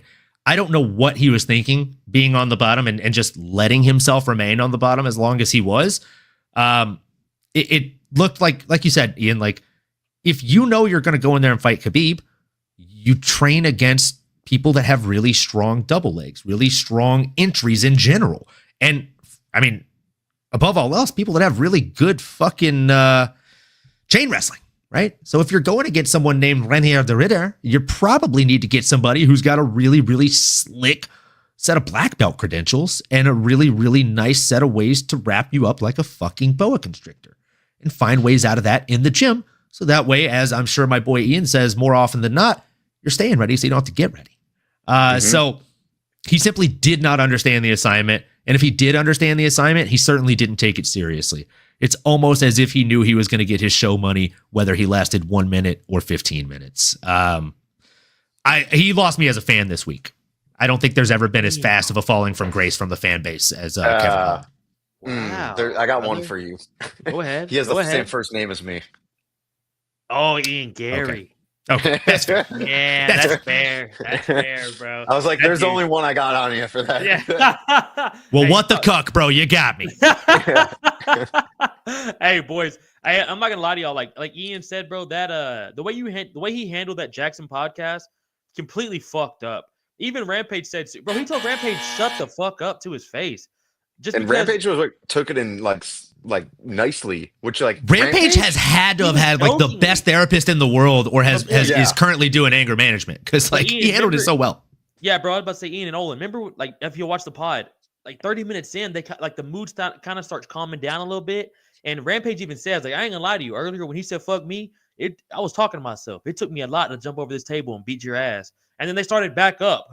Kevin was like, "Motherfucker, I wish you would beat my ass, Rampage." And it's just like, bro, over what? Because of a joke? Because Rampage made a joke about you fighting MVP? Like, bro, and you like lost. Rampage is Rampage. You have to understand the beast that you're entering, like the dwelling with. Dude. With all due respect, if you go out there and get beat up in a fight, like Sterling, you had a fight last year, didn't go your way. It did. You said you got beat up. If I agree with you and say you got beat up, I'm not a bad guy, bro. Yeah. If 3 judges agree you got beat, dude, I'm not making a joke. I'm not poking fun. I'm stating a fucking fact, kid. Yeah. And Rampage wasn't foul in his wording. Like he basically said, like, hey, he looked like trash out there against this guy. Like this dude made him look silly. Guess what? I bet on Holland that night, and I said the same thing as a Holland fan. Yeah. And here's it's a fact. And here's the thing, Kevin. You can't just talk shit at press conferences and go, Ritter, if you wrestle, you're a bitch. I'll be ready to stand up with you. Not everyone's going to do the Wonder Boy shit with you. Not everybody's going to agree to do a kickboxing fight with you. And then you get your fucking ass beat. You agree to fucking stand and bangle Wonder Boy, and Wonder Boy puts it on you, and you take a shot because of a nasty liver kick. But, I mean, it's like, I love Kevin Holland. I fucking love Kevin Holland. But it's like, dude, you've lost 4 of your last 5. You stepped up to go fight a double champ and 1 championship who has, hey, boys, check this shit out. He has 14 submission and 3 knockouts. The motherfucker doesn't stand and bang. He takes you to the ground and he fucks you up. If you just watch his last 3 fights, you would go, oh, shit, he doesn't stand and bang. What he did to Gerald Mearshart. Everyone wanted him to be this kickboxer, and he came in there and just fucked GM3 up. So I'm with you, Ian. It's fucked up, bro, the way he disrespectful Rampage like that, and then you come in and just flop like that in the first round of Ritter, bro. I mean, fucking A, man. I like what MMA Maestro says right here. What do you boys think about this? Holland versus Paul Craig next. Ooh. Paul Craig! I know that hasn't happened. I don't want to see that happen because I'd rather have Holland go to 170 again. Like, I just he's not going to make that weight, I don't think. Like Olin said earlier, he's just real fucking lazy about making it, bro. Well, if he's that lazy, why don't we just have him versus Paul Craig at 205? He can eat even more steak. Hey, with him and Wonder Boy doing the commercials, I am over that commercial. Olin, how many times did they show that fucking commercial? I saw it 5 times inside the arena, and every time I laughed out loud because I just thought, man, Sterling would be so pissed off right now. They showed it I was watching it at my homeboy's house, and I was like, motherfucker, this is the 17th time we're not to the main card yet. Yeah, the first time they showed it, I like audibly laughed out loud. I was like, dude, I wish Sterling was here just to see this. It's the biggest screen I've ever seen that commercial on. I know you would have been juiced. Dude, I know. Dude, I bet that shit was amazing watching that. The screen was so cool, dude. Oh my God, bro. But boys, is there anything y'all got left on Kevin Holland versus Ritter here, man? No. I think last thing I'll say is I'm against the Paul Craig fight because I don't think Kevin Holland's next fight should be in the UFC. Damn. I wonder what the conversations with him and Dana are like right now, bro. Like if Dana's like, "Hey, man, look, Can't imagine they're good. fucking." I don't think it's him talking. I don't think it's him and Dana. Yeah. I think it's him and Hunter, and that sounds like a worse conversation to have. You mean Wish.com Tony Stark? Yeah. Yeah, bro. MMA Espro says, "Yo, Olin, how much did you pay for those tickets, bro?"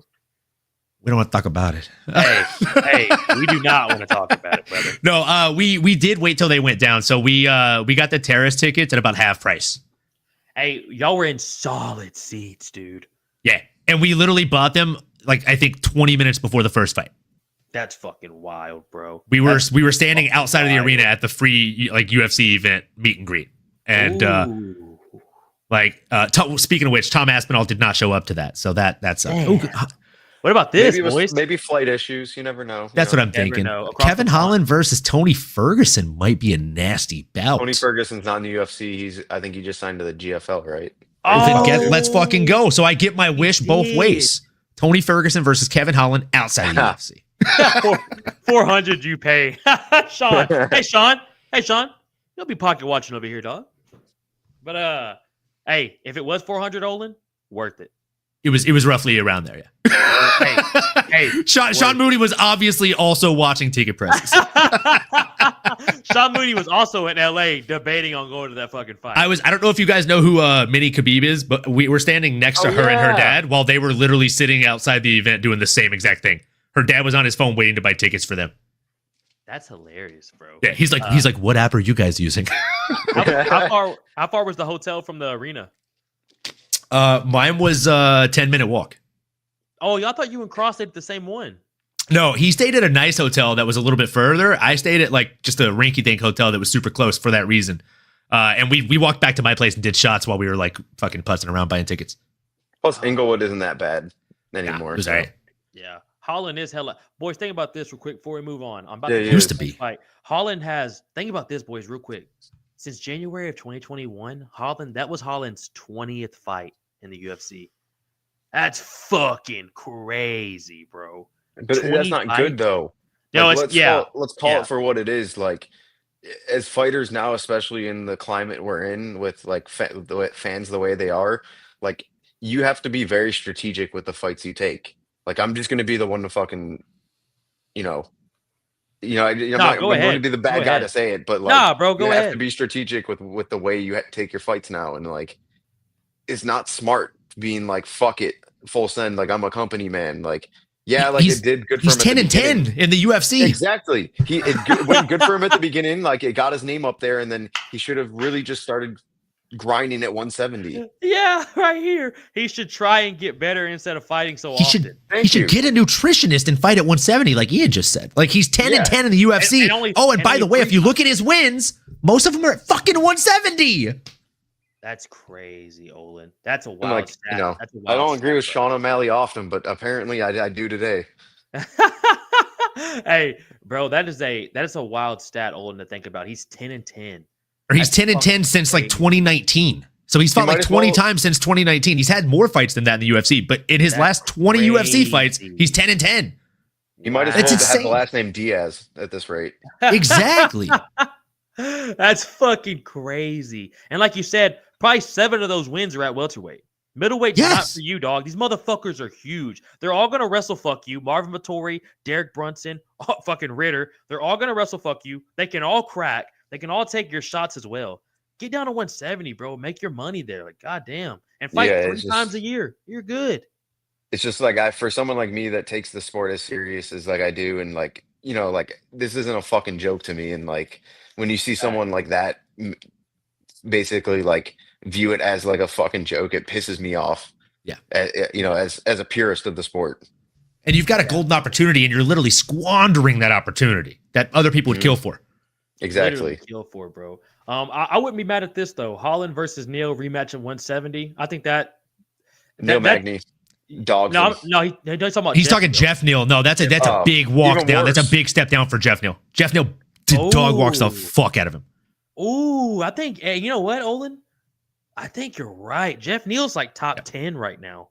Yeah, he's literally top 10 right now, and I think he's improved significantly. And Holland is the same Holland he was.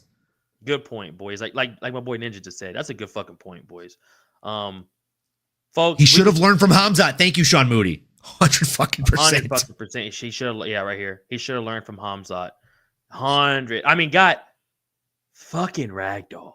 But that's besides the He point, actually did folks. better defending in that fight on short notice than he did in this fight with a full camp. Ooh, what about this, boys? Holland versus Pratas? I mean, if I get But Prates for our UFC fantasy league that we're doing the draft for tomorrow, yeah, absolutely. I love that fight. But like once again, another guy that just fucking flatlines people. You Oh, know, like Pratas? Bro. Yeah. yeah, like bro, he'll go smoke a cig, come in, fuck you up, and then go have some shots of whiskey after. I was going to like, say, and do a shot of whiskey on the fucking octagon. Yeah, like, in between bro, like- rounds. and like he'll stare you in the eyes as he's taking the shot. Like he is a fucking like he's he's a different type of human. Like Yeah, that's not a bro. guy you want to put Kevin Holland against. Nah. Yeah, he's not the especially type of on guy the that needs a other- pickleback for a chaser or a Coke chaser. He does knockouts for a chaser after no, shots, but dude. No, he like winks at you, bro. Like he's some like he's a fucked up individual. You know what I mean? Like that's just him. Estate is saying Hamzat had a dirty ass glove touch, cheat against Kevin Holland. Holland was rolling with him at first. Hamzat did a cheat move. I feel like people overlooked that when it happened. that's exactly why I said he did a much better job defending in the Hamzat fight on short notice than he did in the Renier de Ritter fight, because against Renier, he didn't even try to get up. Like, I saw 3 opportunities that I counted watching that fight again this Ooh. morning, and just the 1 round it lasted, that there were open opportunities for him to butterfly guard out of that bottom position. And like Renier was doing like mistakes himself on the top, like putting one arm inside of guard versus 2, like reaching around the outside of the leg when he should have gone inside and penetrated the guard. Like, again, he left Holland openings. Holland just, as he said himself, he didn't seem to care about the fight.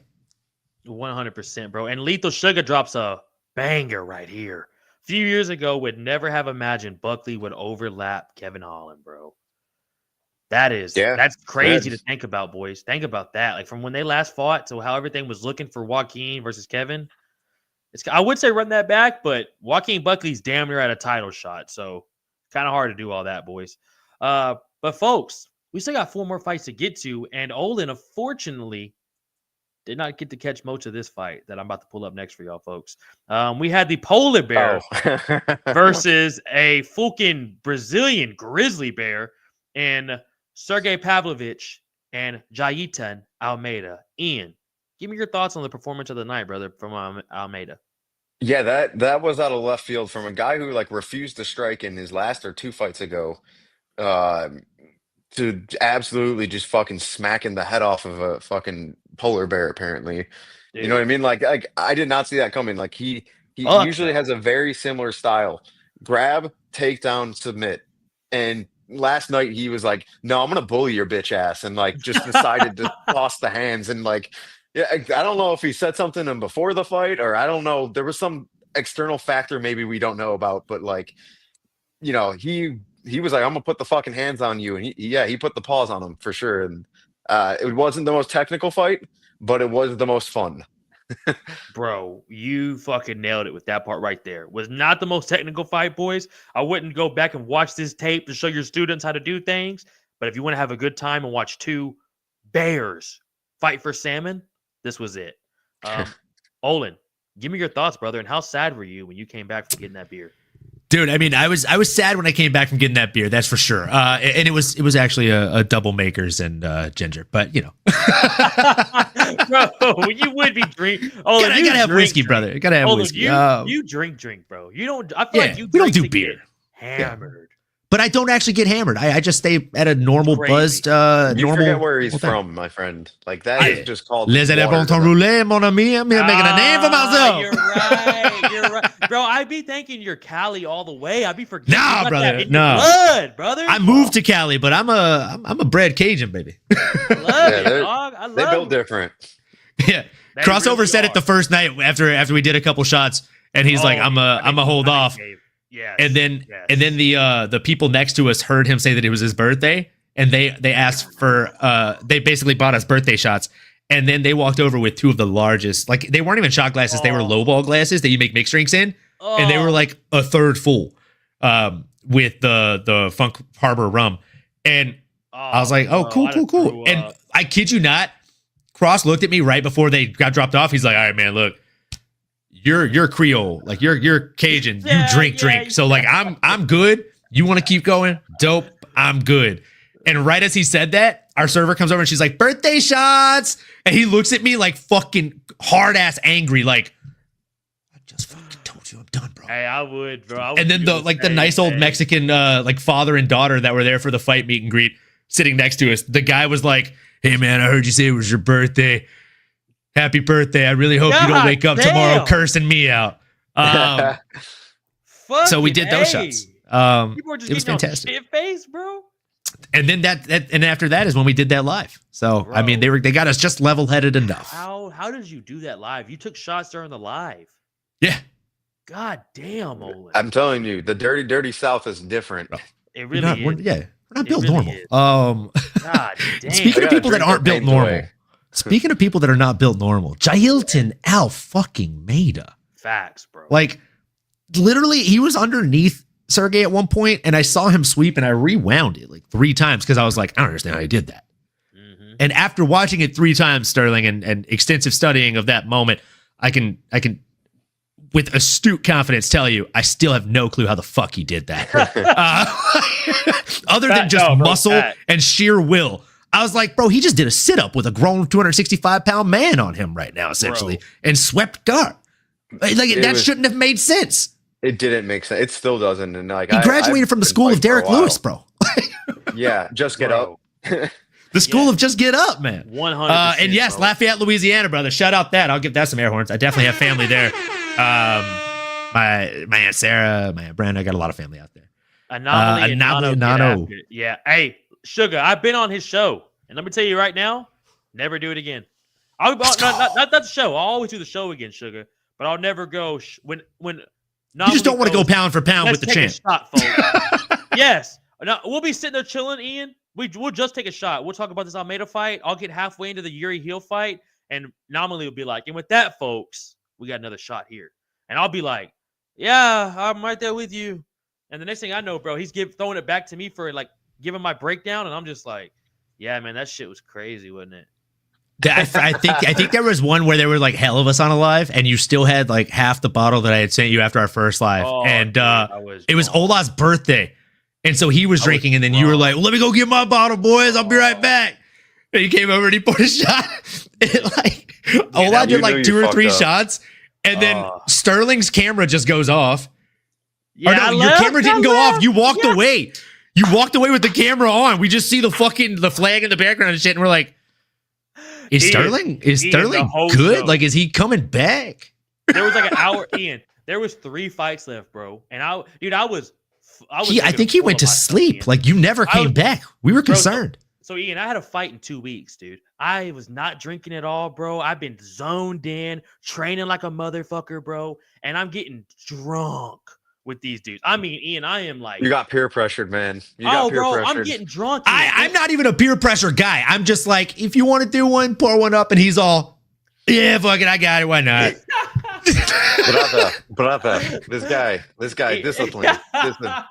discipline, brother, this guy. Yeah, we were saying shit, bro, and I wasn't even like talking about the fight some more. I was slurring my words, and then they started talking, bro, and I just got up. Bro, and I went straight to my room.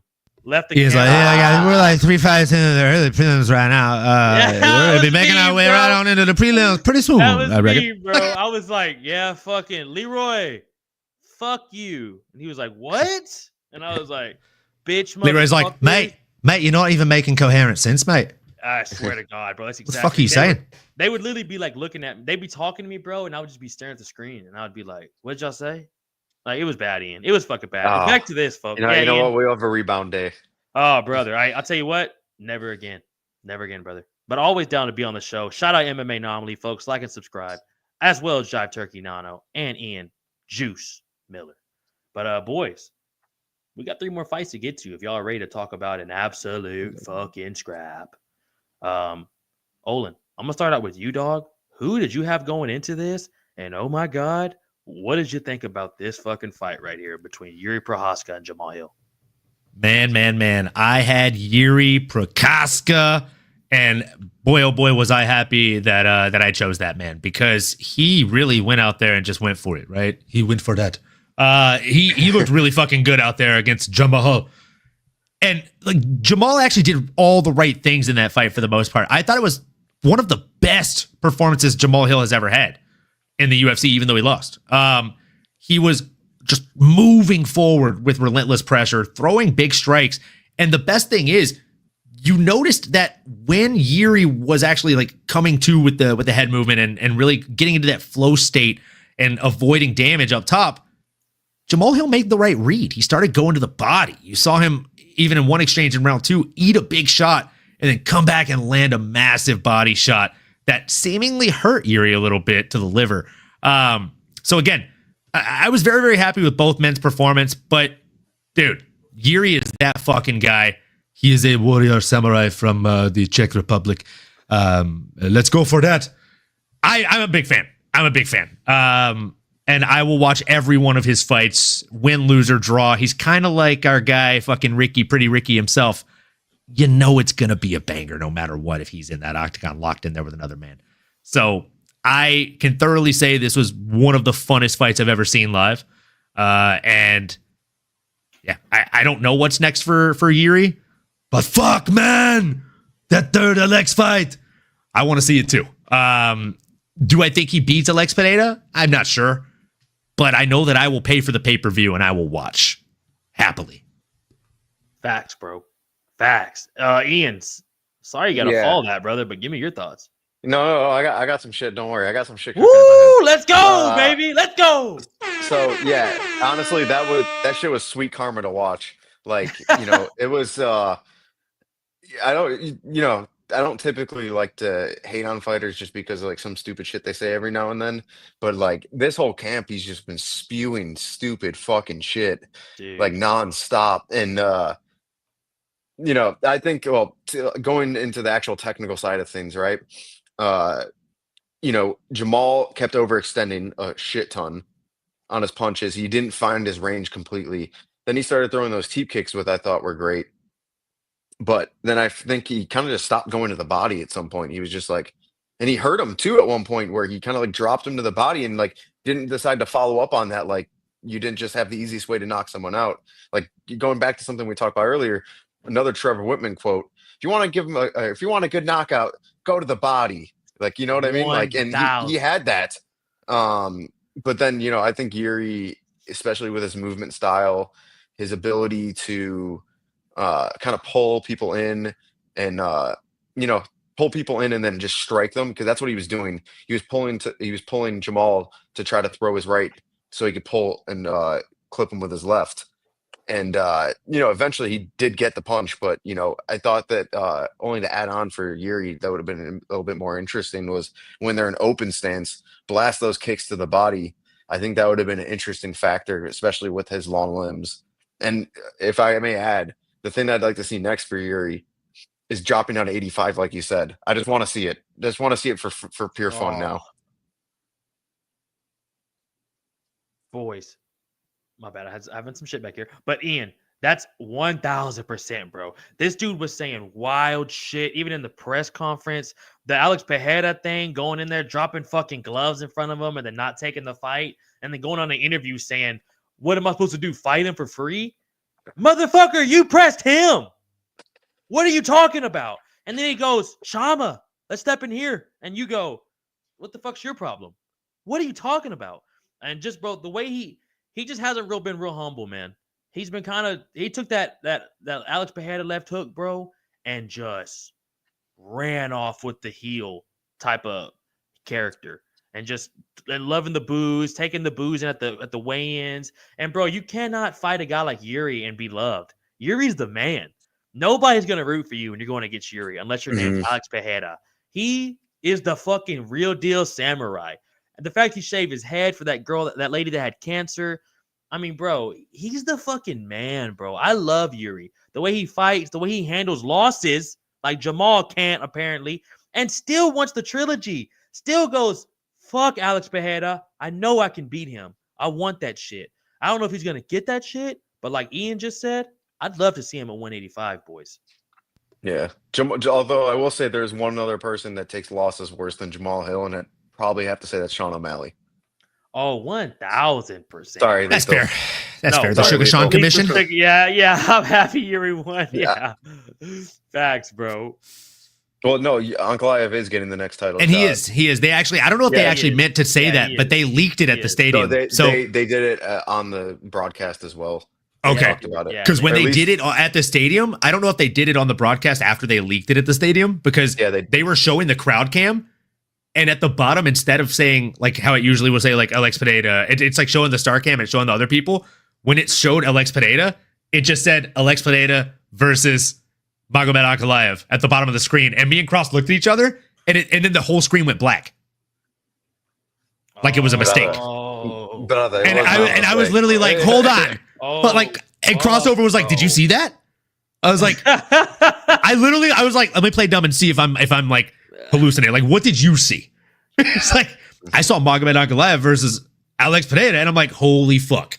I think production, Holy someone just got fuck, fired tonight. Yeah, bro. And then like There 10 was minutes so many goes by things and they're being not dropped. showing production packet. And then they show him on the screen again, and they show the announcement that they showed on the broadcast. So I'm like, I think they were like, fuck. We At gotta go least now. 1,000 people in attendance just saw this news. Yeah, we gotta fucking let it ride now, bro. And Yeah. Sean, this is a great point too. Him donating 50K to people with cancer, that's amazing, bro. He got the fight of the night, gets 50K, and then just donates it, bro, to people with cancer.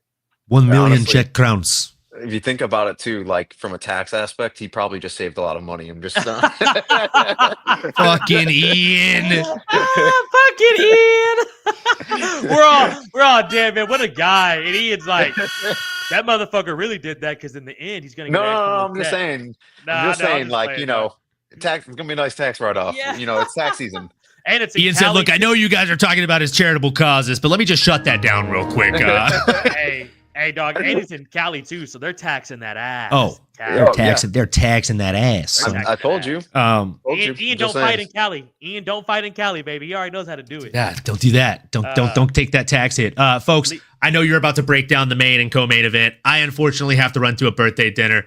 But I appreciate you guys having me on for those other fights. And folks, if you're in here right now, make sure you drop a like, a comment, a subscribe, and smash that bell for notifications on @SDocsMMA Talk. So that way you know when this dude is going live and you get some of the best breakdowns in the biz. And if you're not already subscribed to Juice MMA, it is @Juice_MMA. One of the best fighters you just learned about today, folks. Make sure you drop a like and a subscribe for these folks. And tune in for these next two breakdowns because they are about to be fucking epic. Can't wait All to right, see you guys Anik next Jr. time. Thanks again. All right, Anik Jr. All right. Holy shit. Keep on going and keep on growing, baby. Hey, you're God the man, damn. Anomaly. You're the man. Like and subscribe, folks. MMA Anomaly. Shout out Olin, brother. Big appreciate you joining the show today. Folks. All right, let's Man. now the real fun begins. No, I'm just kidding. Yeah. hey, we just start shitting on him. As soon as he leaves them all. Thank God, bro. So now we can just top it up. Yeah. Hey, as soon as he leaves them all, fuck MMA Anomaly. Leave dislike. Nah, he's the man, folks. Like I said, No, he MMA is. Anomaly, he made all this, boys and girls. Everything you're seeing on this screen, the intros, the outros, that dude made it all for me. He's the man. And he is a tad bit of an Anik Jr. Isn't he, Ian? Yeah, no, 100%. Just a touch, brother. Just a touch, brother. So What well, about Ian, those problems? yeah, you saw that. So what about the Yeah. shit right now? Yeah, bro. He says, as I know, he's Muslim. Big Ang. 100%, Sean. But Ian, I think that might be a good segue into this co-main event, Yes, brother. If you got please. anything else or for Yuri and Jamal, big dog. No, I got a lot for this though. Say less, brother. I cannot wait to hear what you got. And let's see what happened between Umar Nurmagomedov and Merab Dvalishvili. Eileen, go ahead, brother. Yeah, so I mean, this was just like absolute dog. Like the machine Oh. is the most fitting nickname I've ever seen for a human because that man is a fucking machine. I actually was watching some of Umar's old fights, and if I remember correctly, he kind of did have a cardio issue in one of his fights. I don't remember if it was Sandhagen or not. I believe it was actually was against Sandhagen, who I'm a massive Yes. fan of. And like we have the same not same striking coach, but he worked with Dwayne Ludwig, and that's my striking like overall coach. So I have massive respect for someone like that, and just seeing him being able to push Umar to that level, I think that's what they saw in the film against Sandhagen for that fight, to prepare for Umar. I mean, sorry. And I think they really were just driving home the fact. I mean, if you look in the second, third, fourth round, in between rounds, rather, the camera and the mic, you heard them saying, "Push him, stop playing around, push him." And that's all. That's what they really were trying to do. Was really, was trying to beat his ass down to the point where he kind of just was giving up, like not even defending the initial takedown, like in the last round. And then to even add on, just one last thing is like, once again, Merab, like absolutely phenomenal job going down for takedown, coming up for the strikes, knowing that he's going to fail a lot of takedowns, but making him punished for not, for basically defending the takedown. So at some point he's going to stop defending the takedown. And then eventually he started, driving him into the cage, hands locked double, takedown, and like just willing to go that extra route and keep going and going and going. And it showed in those championship rounds. And like, I just hats off to Merab. That was fucking amazing. Like that he absolutely put the fucking pace on him. Ian, that's fucking perfect, bro. I mean, you literally took half the fucking words out my mouth, man. The way you just broke that all down, I'm 100% with you, bro. And I don't know what the fuck he's made out of, bro. He shot 30 takedowns in. Yeah, that shit was different. I was there live when he fought Cejudo, and like I just really? When he just picked him up like a child? It was nuts. I literally still can't I just like don't believe that it happened, because like I think it's just a figment of my imagination, just because like I've trained with a lot of people in my day and I've not met a motherfucker like Merab that has that kind of gas tank, because there's striking gas tank, grappling gas tank, and like he has it all, like just wrapped in a one package like a fucking psycho. And like hats off to him. He is the true champion, and he is one of the greats of 135. Bro, I think what you just said right there, bro. He's the greats of 135. I don't see anybody He's not number one. fucking with him. He's not number one. He's not number two. Not yet. But I'll give him number 3 or 4. I'll give him number 4. Sorry, I got either Dom or TJ at number 1/2. Got to. Aljo at 3, and then you got Merab at 4, and then Henan Barao at 5. Ooh, Henan Barao was a motherfucker. I saw my first ever fight that I really like paid attention to and like I went to for reals.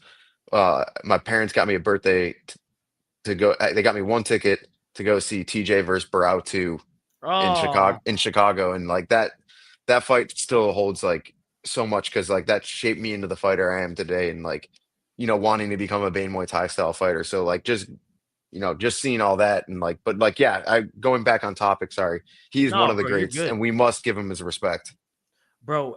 I don't know who's gonna beat him, Ian. Like if you look at the top 10 right now, dude, he if just there's beat anybody, Umar. It was gonna be Umar. If you're right, bro. I was just about to say that. If there's anyone who's gonna compete with him, bro, it's gonna be Corey. Corey's fought everybody. He's dealt with every style, dude. He's fought Umar. He's fought Peter Yan. The only dude he hadn't fought is Sean O'Malley. You know what? Piotr might be a good fight for him as well. But he handled Piotr pretty good though a couple years ago. Yeah, but I'm just saying, like, I get you. Like the resurgence of Piotr Yan, I think might be a good one for him next, or Corey. Because bro. But I mean, let's just call for what it is. They already said that Sean's fighting the winner, so I mean, we're about to see Merab 2.0 hit it up again. Bro, you think so? Yeah, what do you think? What do you think's gonna happen? I fucking hope not, man. They need to do Corey versus Sean. They need to get that Sandhagen and O'Malley fight out. Oh yeah, but that's not gonna happen. They're gonna protect their prized possession. Yeah, I mean, like, you know what I mean? Like, he just doesn't improve. I don't think against. He brings Merab. The casuals in though. Like that's why they want him there, and that's the real money in the sport is through the casuals, and because we're gonna show up every week. We're all gonna watch, bro. Let's just call it for what it is, and from a business aspect, they want what's going to make them the most money. They put a lot of investment into these guys, especially Sean with promoting him. They need to get their investment out of him, and that's what they're trying to do. And like they got people casuals will come up to me and talk to me about MMA because they'll see my ears or something like that, and they'll Mhm. be like Sean O'Malley. They'll talk about Sean a lot of time, and like like I think I'd whoop his ass personally, but like I know Marab for sure is going to. Bro, and do you really think he's improved his wrestling or his way to fight against Can he? Marab since then? You know what I'm Can saying? he? Is it possible? Because he had Like surgery. He just started training a again. hip surgery too. And Marab's gonna fucking wear your hips out, bro. If you think he's gonna fight O'Malley again and just stand and bang with O'Malley, you know what I'm saying? It's not gonna I happen. He's think gonna shoot 50 takedowns. they're doing Sean a disservice by throwing him in with Marab again. That they really are doing both of them a disservice Yeah, because bro. Sean should get the time to recover, get fully back at it, have a tune-up fight so that he can fight Marab, and then have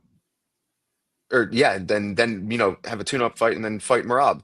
Whereas Marab should be fighting a guy like Piotr or Corey Sandhagen that hasn't gotten their shot at the title yet against him in his reign. So Especially Corey, dude. I think Corey deserves it, dude. yeah, he does. Like I mean, he's only fought the toughest people. Like Dude, pull up his his resume. what's his last 5 fights, bro?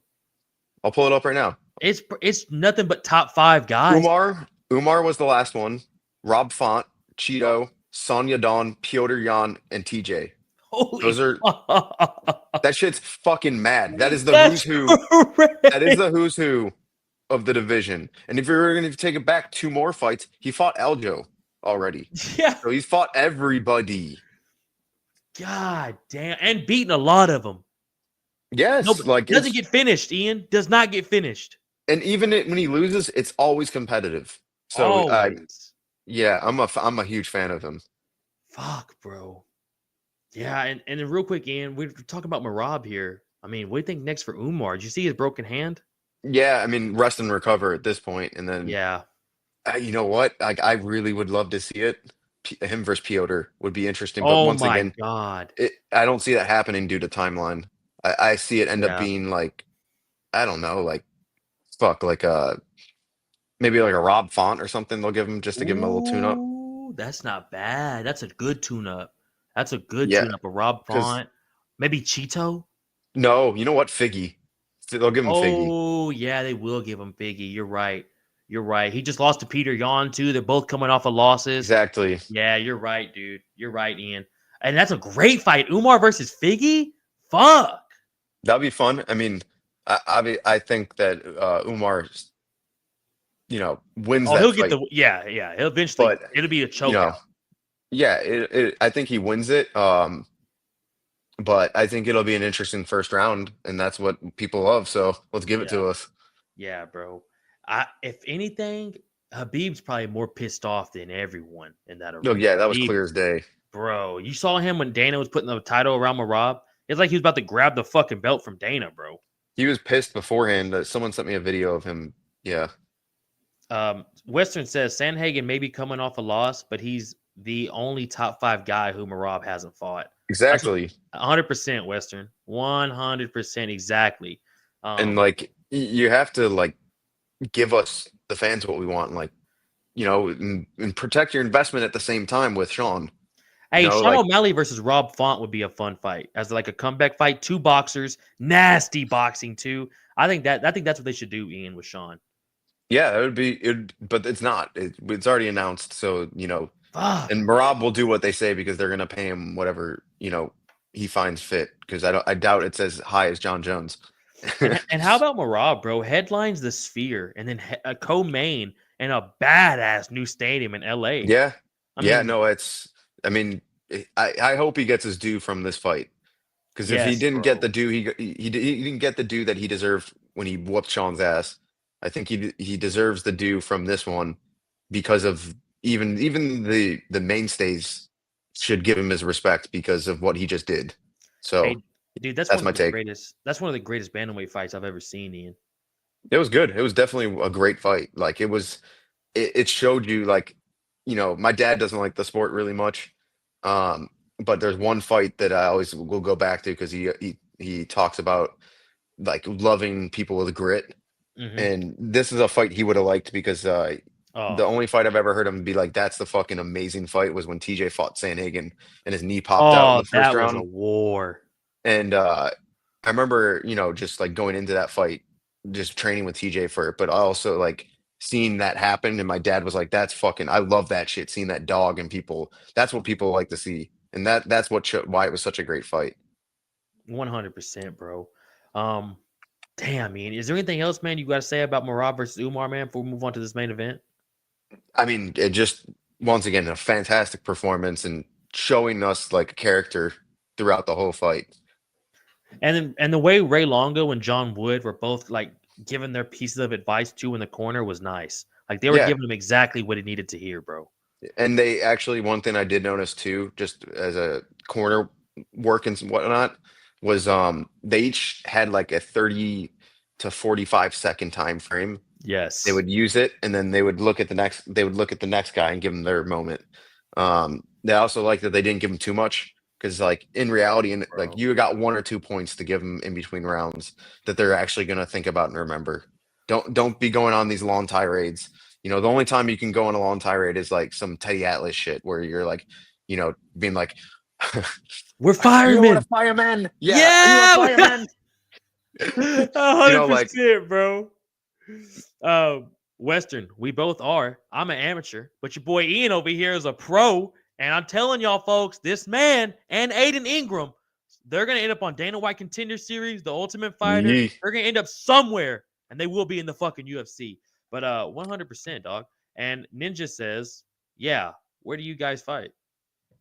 Oh, I'm a 135er. I fight in California at the moment. I just fought for Lights Out twice, and my last amateur I fought for Up Next. So we'll see, what my next fight is once I'm healthy again. And yeah, no, I'm excited. I'm ready to get back at it and just as many fights as I can, reasonably speaking. Bro, 100%, bro. I really hope, bro, you're healthy enough to get at least 3 to 4 in this year, man. For real, Oh, yeah. I want like 4 or 5. I'm not I trying to love be. that, dude.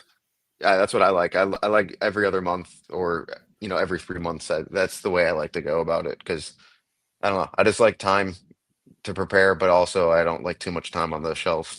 And bro, you make the weight. If you're not walking around like 160, so I mean, you can make the Eh. weight reasonable. I was trying. Hey! I was trying to hide it back a little bit. I was gonna say 155, and I was like, maybe he's walking around at 160. Let me bump it up a little bit. Yeah, Hey, no, I mean it depends also. Like that's why I don't like taking too much time off. Just because, I don't want my weight getting to a certain point, because I do like food. I will admit that. So, but I think you got to question yourself. I'm thinking about it right now. What weight are you fighting at, S Dog? Western. When I fight MMA, I fight at 170. But we got a kickboxing fight coming up, folks. And your boy does a little Woohoo! bit of Muay Thai fights. February 9th. Let's fucking go.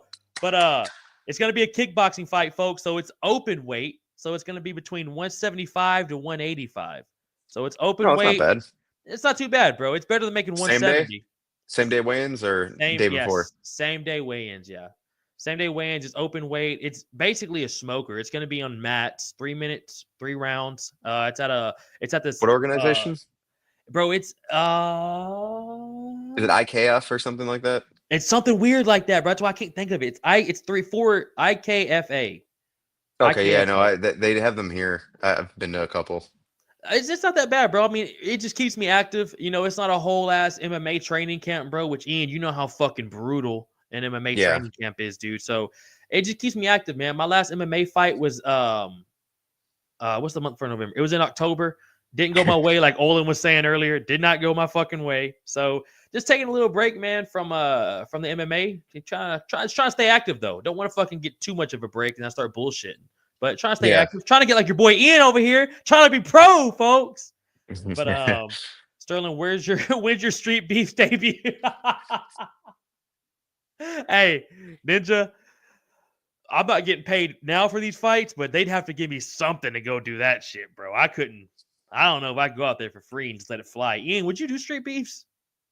No, I have respect for myself. Yeah, that's what I'm saying, bro. I'd have to. I know I'm not getting paid. I know shit for these amateur I fights. know someone that's been on it, but like it was more like a smoker to them, because they hadn't been Facts. they hadn't started training MMA yet. So I mean, fair you get play if some- you're gonna do that. You get a little exposure, I guess, off YouTube for it, but I'm all right, bro. I get good sparring sessions in the gym. You know, I'm cool with Yeah, those sessions and not yeah, filming them. and Lane not says, "Let's fighting fucking in go." dirt. Yes, bro. Not fighting in this literal sand and getting head kicked with shoes on. Yeah. Let's fucking go, Lane. I big appreciate you, brother. Kickboxing, huh? Sounds like a stand-up kind of guy. Ninja, Very well. 100% Ninja. Stand up all day, brother. Fair All play day. to you. Hey, but you know what though? If you want to know more about Ian, I'm telling y'all, we did a podcast last week. Go look it up. When y'all get off of this live, you're sitting here chilling like, damn, these dudes were solid as fuck. Go back and actually, we can min it up right here. Western says, would you please drop a link Oh, for Juice? I just have Instagram. Just follow me at juice_MMA. That's where you find everything at from me. That's where you'll find it at, Western. But you know what, Western? You'll also find that interview on S Dogs MMA Talk. Lethal Sugar said, I had my first Muay Thai fight in November. See, he gets it. Yeah, Yes, no, you bro. wanna like for me, like my friend or Aiden. Aiden's mom Yeah. would always tell us after fights, you have one day to eat at whatever you want, and then we're back to work. So we would give ourselves 4 days and then get back to work. when it comes to eating. Yeah. Go destroy death sentence, bro. Dad. I love that dude, man. Oh man. I love Shout out that to dude. Mighty Mouse for making Shout that out, dude big. bro. Shout out Mighty Mouse, man. When he had him on the show, Ian, I couldn't Yeah. believe it, bro. Oh, that was like my two worlds colliding. Yeah, bro. I could not believe it, dog. Yeah, drop the link, brother. Hey, Ninja, I'm telling you, Instagram, juice_MMA, or literally go back to S Dogs MMA Talk, push videos, scroll 3 videos down, and you'll see them. And folks, I'm telling y'all, banger interview, and it's going to answer a lot of the questions you got right now. But Ian, while we're chopping it up with the folks in the chat, we got one more fight to get to, brother. Yes, sir. And I am pumped. The formality. Your thoughts of this, bro?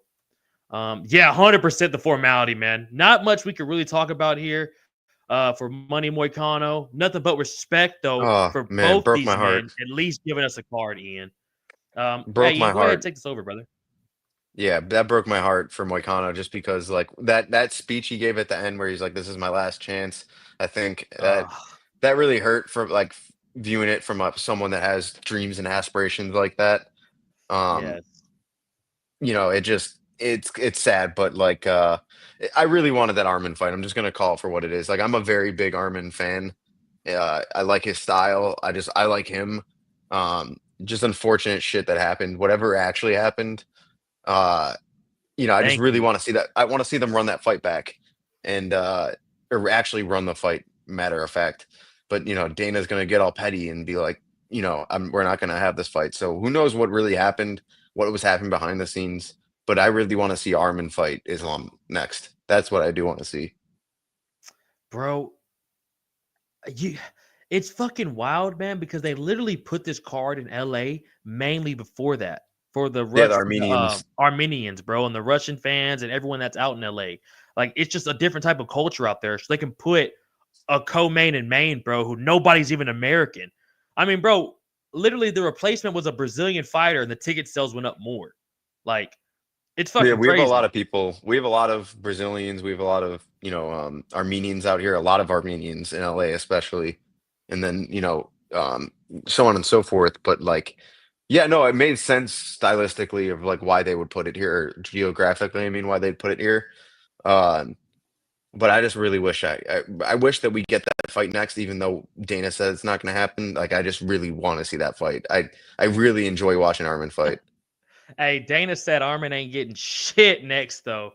Who is he fighting next? What do you see next for Armin, bro? And, man, I'm not going to lie to you. Do you think it really was a back injury that pulled him out the fight? Yes, I think it was from that Nina drama. Yeah, you saw that crazy video. shit? On a Tuesday, they were doing that. Like, what the fuck? And also, are you doing? he can normally do that, I bet. Like, you know, a lot of wrestlers do that. Yeah, not cut but weight. when you're cutting weight, yeah, your body's weak. Like, that's going to hit. And to answer his question, who I think Armin would fight next if it's not Islam, you know, you can give him. Because he's not going to fight Dustin because Dustin has one more fight. Yeah. Justin Gaethje's already booked against Dan Hooker. He already beat the shit out of Charles. And then he's Armin. So maybe someone was saying Michael Chandler. I don't want to see that because Mm, I don't think that like what are we doing this for then? Maybe a yeah. Max Holloway. Oh, fuck. Damn, Ian, I Because like that. Max is staying at 155, he said. What about like a Rafael Fazeev? Rafael Fazeev is 11. Dan Hooker is higher than that. Oh, okay. Michael You're right. Chandler is You're right. 2. You're right. And you don't want to Hooker's give him fighting Casey. Gamrot again because that fight was fucking madness. Mhm. And maybe they give him Beneil. Oh my God. They've already fought previous, but it's like you're the reason Beno didn't have a fucking fight. You kind of fucked him. He still got his win and show money, but yeah, I was gonna say I think he won in that day. yeah, you're right, Ian. You're right. He didn't have to fight. He didn't have to fight Moicano. He got paid and he took no damage. Win-win, bro. And it was in Cali. He didn't have to leave his home. Exactly. I'm just saying, Yeah. win-win. Yeah, that's a good point, bro. I would like that, man. I don't think Dustin happens, like you said. Dustin's looking for one big fight to end his career on. Exactly. Which fuck, I maybe as Chandler, who knows? So you know what I'm saying? Maybe yeah, steps up who to knows? 170, fights Nate Diaz or something like that. Yeah, some wild shit, but like Yeah. let's give him his due, what he asked for, and let's get out the way. And he doesn't want, he's not gonna make another run. Let's let him go out in the way he wants to go out because he deserves it. He's another guy that's been in a big part of the UFC for a long time. And it's just a literal dog. Junkyard Yeah. fucking dog. Never, bro. It has 30 plus UFC fights damn near. It's never been in a boring fucking fight ever. No, like, he deserves his due. But to answer the question I just saw a little bit earlier, about about Islam going up, I could see that, but there's too much action at those other weight classes, I think. Like right now with 170, we already have a fight with I think, right? Bilal versus Shavkat. Yes. that- Yes. So we already have that on the books. Leon's already fighting Jack. Mm-hmm. Kamaru Usman is Fighting Buckley, Yeah. apparently. But even if he isn't, he's not going to go up and fight this guy who's managed by his manager, who's also a top guy in that weight class. They're And not him and gonna do Habib that. are friends. Well, they all have the same manager. Yeah. So let's just even go up to 185. Let's just say for shits and gigs, Drakus and Strickland fight. Let's say Drakus wins because he already won. Israel's already fighting Imavov, but like, why would you put Islam versus Drakus And those guys don't usually like switching out of weight classes, anyways.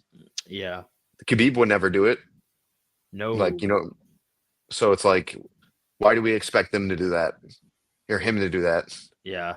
And honestly, bro, I wouldn't mind seeing him fight one or two more times at lightweight, man.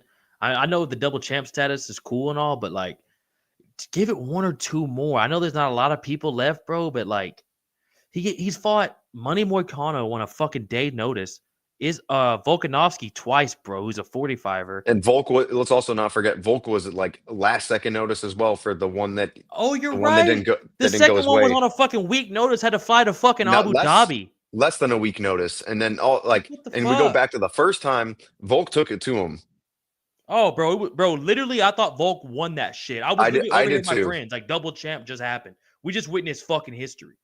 Oh, I love Volk, but yeah, I think it's time for him to keep defending one or two more, and then he wants to go up. Fair play. You did your thing. Facts. But let's bring it I'm- back to the days. Let's bring it back to the days where you had to earn becoming a double champ, not just one or two title defenses. That doesn't warrant that. You got to clear out the division like what Volk did, and then you can go and try. Yes, bro. Because there's still, like you said, there's still 2 or 3 more guys that it's like, bro, you haven't even fought them on your way up to get the belt, and they're fucking top 5 now. Like, give them a shot. Even so, Armin deserves the shot, even though they fought already. Like, Dude, they Dan fought. is so pissed at him, bro. He might Yeah. that motherfucker fight 3 more times. Oh, probably. As fortunately, but like, I'm just throwing it out there. Like, there's guys to be fought. Yeah, There's not just Charles. Like, there's a bit of guys like Gamrot is a guy I could see coming up and contending against them. Sugar's with you, bro. Sugar said, I thought Volk won the first fight as well. Western says Volk would have beat Islam if he had another round. 100%, bro. Yeah. Oh, yeah. 100%, bro. Yeah. It would have been like what we saw round 5 against Merab for Umar. bro. Just broken. Literally broken, bro. I'd about to say you very rarely, bro, do we see many Dagestanians and Russians get broken. But Volkanovski in that 5th round, I mean, bro, remember Habib and Islam's face screaming at him, Yeah. screaming, bro, like fucking in his shit. Get the fucking job done here. What are you doing? Yeah. It's interesting, bro. Shout out the UFC, man, though, for giving us still a pretty decent card overall and saving that main event, dude. It would have sucked not to see Islam fight at all. You know what I'm saying? Yeah, I mean, if I'm being honest, I was watching it for the co-main the whole time, even before that Oh, fight. 100%. But yeah, no, it definitely saved what in my mind was the co-main. Yeah, bro. Man, Ian. Overall, though, man, solid night. Yeah, no, definitely. And we're about to have another solid one with the national championship. I'm looking at it right now. I looked up and I was like, we've been on for 2 hours. I just looked up and I was like, Ohio State's running out. Yep. I was like, we couldn't have timed this up any better. Yeah, we teed this up to the fucking minute. All right, To that's the type of guys we are. That's folks. That's S Dogs MMA talk. That's what you're gonna get over here, as well as Juice_Miller. Bro, I'm glad to have you on. Juice_MMA, rather. But bro, I'm glad to have you on, man.